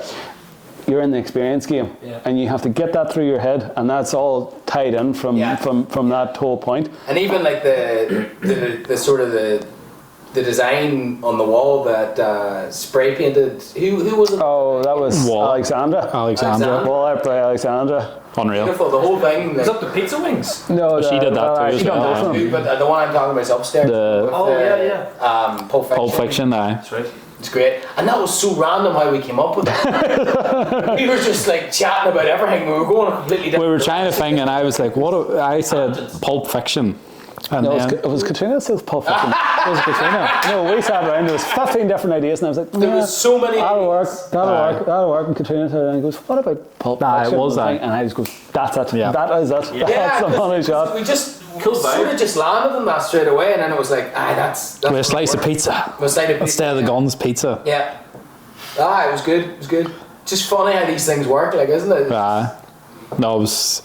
If it hadn't been for Katrina, because she was like, them tiles there, nope. we were like, fuck, that floor's going to cost some money. Like, we literally can't afford that. And always took some leap. And Grania said to me as well at the time, she was like, that floor's pure shite. Like, that's the first thing I noticed, is pure shite. Yeah. And I was like, Grania, you don't understand how much that costs to change that. Every time we had a meeting about it, I went home and sunk a bottle of wine. My spreadsheet just got longer and longer and longer and longer. It's dark. Yeah, no, it's good. Katrina's very opinionated, and it probably. Oh, she's good at her game. It pays off, doesn't it? Interior design, she's good at it. Because us boys weren't. So we done that shop fit out, and then we got her open, and it was the first week, and it was crazy. It was like, we worked, and we've been making pizzas for 4 or 5 years, but you'd swear to God we'd never made one before in our lives. See, my nerves were through the roof, we're in a new oven. I was like the first person walked through, I was like, oh my God, wait, this is my life's work here to get to this point. That needs to be good. And then you're like, then we do it a week or two, and then it was like, what are we worrying about? And we done it in a way that I knew that there was no point. None of us realistically had any experience running the restaurant. Let's be clear.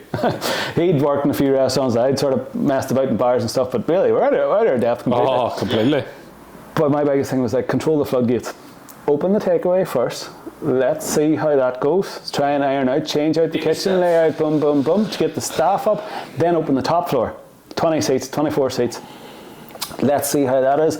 Any slight wee issue, act on it like that. If the thing isn't coming out within 20 minutes, get it. Why is it not coming out with 20 minutes? If there's something missing, if we need to order in cans of Fanta, because people want Fanta, get them fucking Fanta. Get that sorted. Then a soft launch to downstairs. And then that was sort of like, we opened the takeaway in September, and then we sort of opened upstairs October, and then downstairs November. Downstairs was and then the first proper weekend the place was full was 3rd of December last year. And that's the day that we opened the downstairs. It was for all the parties. That was our tables for downstairs were made by a guy in Dungiven, and so we had like a pile of Christmas parties booked in for this Saturday night in December, and our tables for the downstairs were delivered at 5:30 on the Saturday. We had 60 people booked in at 6 o'clock downstairs, because we had all. And me and Daisy were like downstairs furiously putting on the feet, like being like, holy fuck. And I literally, he had literally one table to finish, and the busload of people landed that were coming in for his Christmas book, and I went upstaiars and I was like, did you finish that there? I'll go up, I'll stall them for a second, I'll go up and open the door and chat to them for a wee minute. So I ran upstairs and was open. I was like, I'm Warren. I will be your server for this evening. Can't take you to your table just yet. Stay on that bus. It's not safe. And it's squeaky bum time for Like, we were meant to have a towel and all installed downstairs. The towel wasn't delivered in time. So, like, we had no towel or no nothing downstairs. So, you were running up and downstairs for card machines and towels and all. It was a fucking mess. Like, it was mad, but you got through it, and, like, service and all was still pretty decent. Like, not our best work, but you got through it, and, like, everyone was ranting and raving about it at the end. Like, but in the background, we were, like, sweating bullets going fucking 90, like, trying to sort this all out and trying to make sure we didn't ruin their night. Like, What was the feeling after that first evening? it's like, holy fuck, what are we doing? No, it was some buzz. There's a few nights down there, like, it was the first, because when we opened the takeaway that first weekend, I was like, holy shit, we're actually doing this. Like, you know, because you can get into your own head too, you're always thinking about the next thing and the next thing and the next thing and the next thing. And it's like, and I'm the worst person in the world. Once we hit this milestone, right, let's think of the next thing. But you have to relax and enjoy it and say, lads, fucking that's a great job. And we opened the top floor and says, that's good enough. Like, and then, you know, it's the same that night. We were like, oh, this is some feeling. Like, but every wee step that we got a wee bit more confidence. And it's like, right, we can do this. We can actually do this now. And then it's like, but the biggest thing is, if you do notice a wee mistake or you do notice something that's not right, like we love hearing feedback. Some people they take negative feedback and they're like, oh, fuck this, who does If this you didn't like something, tell me. I want to know. because And I'm not going to not like you because if there's something wrong with something in our restaurant and you tell us, you guarantee I'll have that fixed by next week. I wouldn't sleep without having it fixed by next week. That sort of way. Do you know what I mean? So it's making them sort of wee improvements to get to where you're at. But then after a while, it just sort of runs, and you're like, oh, this is sort of normal again. Like, Did you have the cocktails started at the start as well? Once we opened for sit-in, we had the cocktails up and going. Like, the pina coladas. the cocktails are my love child. I love cocktails. I was going to say about the service as well. I was in one time, it was fucking deadly. Like, I have to admit that. See, You have a great staff in there. see the floor staff and the bar staff, like, and the kitchen staff, like, they're all top class. Very chilled. Like. That's the vibe you want. You don't want to be coming in thinking. That's what I say to them. I'm like, you can't be running around rushing. I can't be nervous. And like, none of them are, and they don't rush around. They're all chilled, relaxed, because we're chilled and relaxed to a point. Like, like we're not completely laid back, but we're like, you know, if they're going up to somebody and they're like obviously not chilled and relaxed, or they're nervous, or they're messing things up, you only mess things up if you're nervous. Some of the staff, when they first start on the floor, I'm like, look, if you're nervous going up to people, you know, just pretend that you're not. That sounds stupid, like, but I'm like, I get it. I do get it. I'm like, just don't act nervous, like, just pretend like you're acting or something, because that was what I was first taught, and I was like, hey, that makes sense, you know. I was taught that years ago. I can't mind. It's just like, just if you're nervous, just, you know, don't be fumbling and bumbling. Just, you know, act like you're confident. You have a bravado. Just like kind of jump in, like, and It's not the act, like, isn't it? Everyone's doing that. All the time. I am an imposter. I am terribly nervous under the surface. Like, I walk up to a table of 10 people and underneath, I'm like, oh my god, I've been doing this for like 12 years, but I am ready to. When you don't get a coke, nobody else will get a coke. How long have you been open now then? it's coming up to about a year and a half. Well, no, a year and two. The restaurant's open a year this weekend. This is our birthday, like. But then the takeaway is near enough a year and a half. No, a year and 2 months. Year and Since a half. September. A birthday coming up. Tomorrow night. Tomorrow night. There you go. Well, it's actually two days ago when this goes out. 3 days ago. Tickets were on sale. Hope you blocked them. He's missed it. Oh, quickest year of my life, boy. Unreal though. What's the situation with you now? You're still doing a wee bit of marketing as well. Notorious. Are you full time Notorious? Oh, full time. Full time Notorious? Was I right in saying that? I am full time Notorious too. Notorious. I'm ramping up the marketing and stuff again, but Bits and pieces. the main thing is, like, as much as I love being out on the floor and serving people, and DJ says the same thing about the kitchen, if you're in there doing that all the time, like, it was great. We needed to do that to get the thing up and running, but now the problem is, like, you're not in the background doing the the jobs that need to be done. Yes, yeah, it has to be. Like as much as I want to be making your cocktail for you, it just doesn't make business sense for me to be doing that. And like, the other big thing, which is taking a hell of a lot of my time, is podcast exclusive. The fucking brunch menu's going out here this When next week? week. This Wednesday. yeah, That's it. I had a wee preview. Oh, we have You were in exclusive then. Aye, you were in last week, weren't you? It was You on? very, very good. I had the steak, the Philly cheese steak Aye, sandwich, yeah. sandwich, very tasty. And that was at only half. We forgot half the stuff on it. like that was it at 50%. Forgot the mushrooms and onions. There's mushrooms on it. Caramelized kind of onions and No, mushrooms. change that. It's tobacco onions. Tobacco onions. No. Oh, we had that on Sunday. It was very good. Now the steak was good quality meat, cooked very well, and that was that sourdough that was on that, or was it It was a bloomer. bloomer? Yeah, because it was like what you want with steak sandwiches, you want like. You don't want too fancy a bread. You want like you want a vessel to carry the steak to your mouth. Like, you don't want And you can't have a sourdough with a pile of holes in it that the stuff. exactly. It just comes out of, and then it's had like a. Was there like a mayonnaise sort of sauce with it? Peppered mayonnaise. Peppered mayonnaise, and then there was like a nice cheese in it. Was what was that? That was our fior di latte. That's the stuff we use in the pizzas. Yeah. So that actually comes from, this is the best stuff I've ever tasted in my life. So our cheese comes from an Italian guy who's actually from Sardinia. He moved to Belfast and he was a cheesemaker over in Italy. So he started making fior di latte, like the mozzarella here, using Irish milk. And it comes up, he makes it on a Wednesday and it be up in our place by Wednesday night. You cannot get it fresher. That's the best cheese about it. And that's our stuff. Drops it on the Wednesday night, and it is the best of the best cheese I can get on this island. Yeah. You cannot get any better quality on it. So we put that in the steak sandwich as well. Like It was very good. I wanted to try your burgers, but that steak sandwich was calling me. Because I wanted to test out, like, me and you've had the discussion about the smash burgers, yep. How much we're fans of them. So I wanted to just test it out and see what it's like. But no, next time I'll get it. We have a cracking head chef on there now, Stephen Logan. Logie. Big Logie, do you know Logie? He's a fucking magician in the kitchen. I spotted him in there the other night. I seen him in a couple of other places. He's I was in for a takeout and I seen him. I was like, yes, Logie. He's a fight now on Sunday. Well, Is he fighting now? It'll be yesterday by the time this goes out. It's first fight. He's down in Decky Darkin's place. Very good. Good luck, Logie. It'll be over by the time this comes out. He's fighting on Saturday. Well done, Sunday. Logie.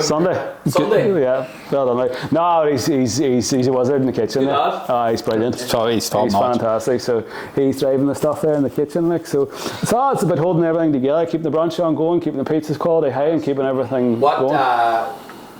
Is that the menu that I saw? Are you sticking to that, or is there stuff in added? That's basically it, and we'll do a few renditions, give them the feedback on Saturday, Sunday, there's a few wee bits and tweaks and bits, maybe add on some for vegetarian, gluten-free, that type of thing, and then that'll be the core menu.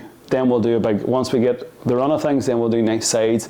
So like tacos, you want to stick with tacos, we'll do breakfast tacos, we'll do, something, so there's so many possibilities of stuff you can do. You can throw wee specials on, see what sticks, but that'll be your core type menu. There's about 4 breakfast options and about 4 lunchtime options. Yeah. But again, it was the biggest challenge, or the biggest thing for me was, you can't come in on a Saturday night and get a deadly pizza using the best of quality stuff and then come in on a Sunday for a brunch and it not being up to par. So we've done the same thing we do every time, is we find the highest quality suppliers that we can find and we rock and roll with them. So we've got a few good quality stuff there lined out. So Did you enter just bagels at all? Anything? no, we didn't, because that's an absolute hand. We wanted to. I wanted to. I wanted to do that whole bagel thing. I wanted to make it all from scratch and do it like the New York style. But in terms of you have to look at logistically, see your fridge space and your, and the prep schedules and stuff. We're putting so much work into getting all our dough and stuff out. You have to pick your battles. Yeah. What's your man up in Belfast? Your friend? Bodega. Unreal. Stephen Noor. I haven't been up to it yet. Unreal. My brother, That's Joe, class, who's like the foodie of the family, he's been up and he says he's ate stuff out of those bagels that he would never touch. It would be the worst concept ever. and he says it's the best thing he's ever had. I'm going to New York here in February.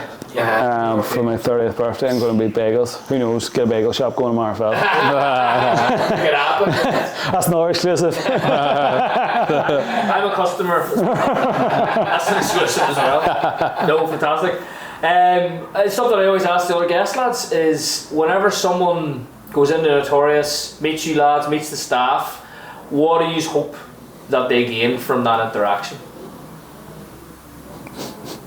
Happiness. It's a full belly. A belly full of laughs. No, they'll be chatting to Odhrán next, so they'll not see me. I'll be easy in the What do kitchen. they like to hear? What do they hear? What do you hear from them?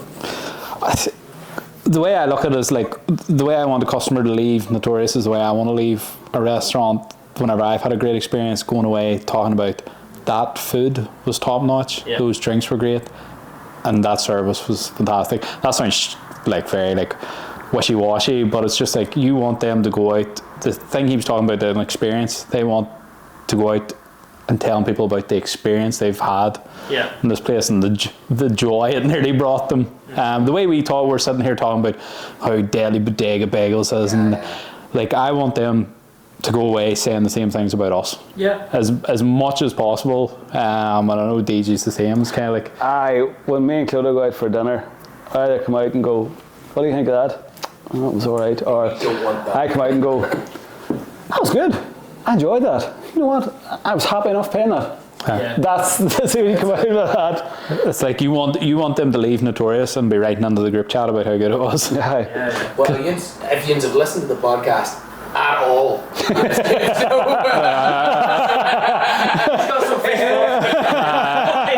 got a couple of shout-outs. Probably because the stuff's good. That's probably what it is. The stuff's fucking good. Did you have a good time, Fergal? Fucking great time. Thank you, Odhrán DJ, for coming on. Really appreciate you coming on. Thanks very much. And for us, hearing that makes all that hard work, that struggle, that working stupid hours to afford a dough mixer when you do it makes it all a wee bit worthwhile. When we get a shout out in your podcast, we send it into the Notorious Pizza group chat. We're like, oh, they like us. I don't know if you're joking or not. No, we do. We do. We get well excited. Me and him be sending it in at about 7:30. Ruhi gets it at about 10:30 in the morning.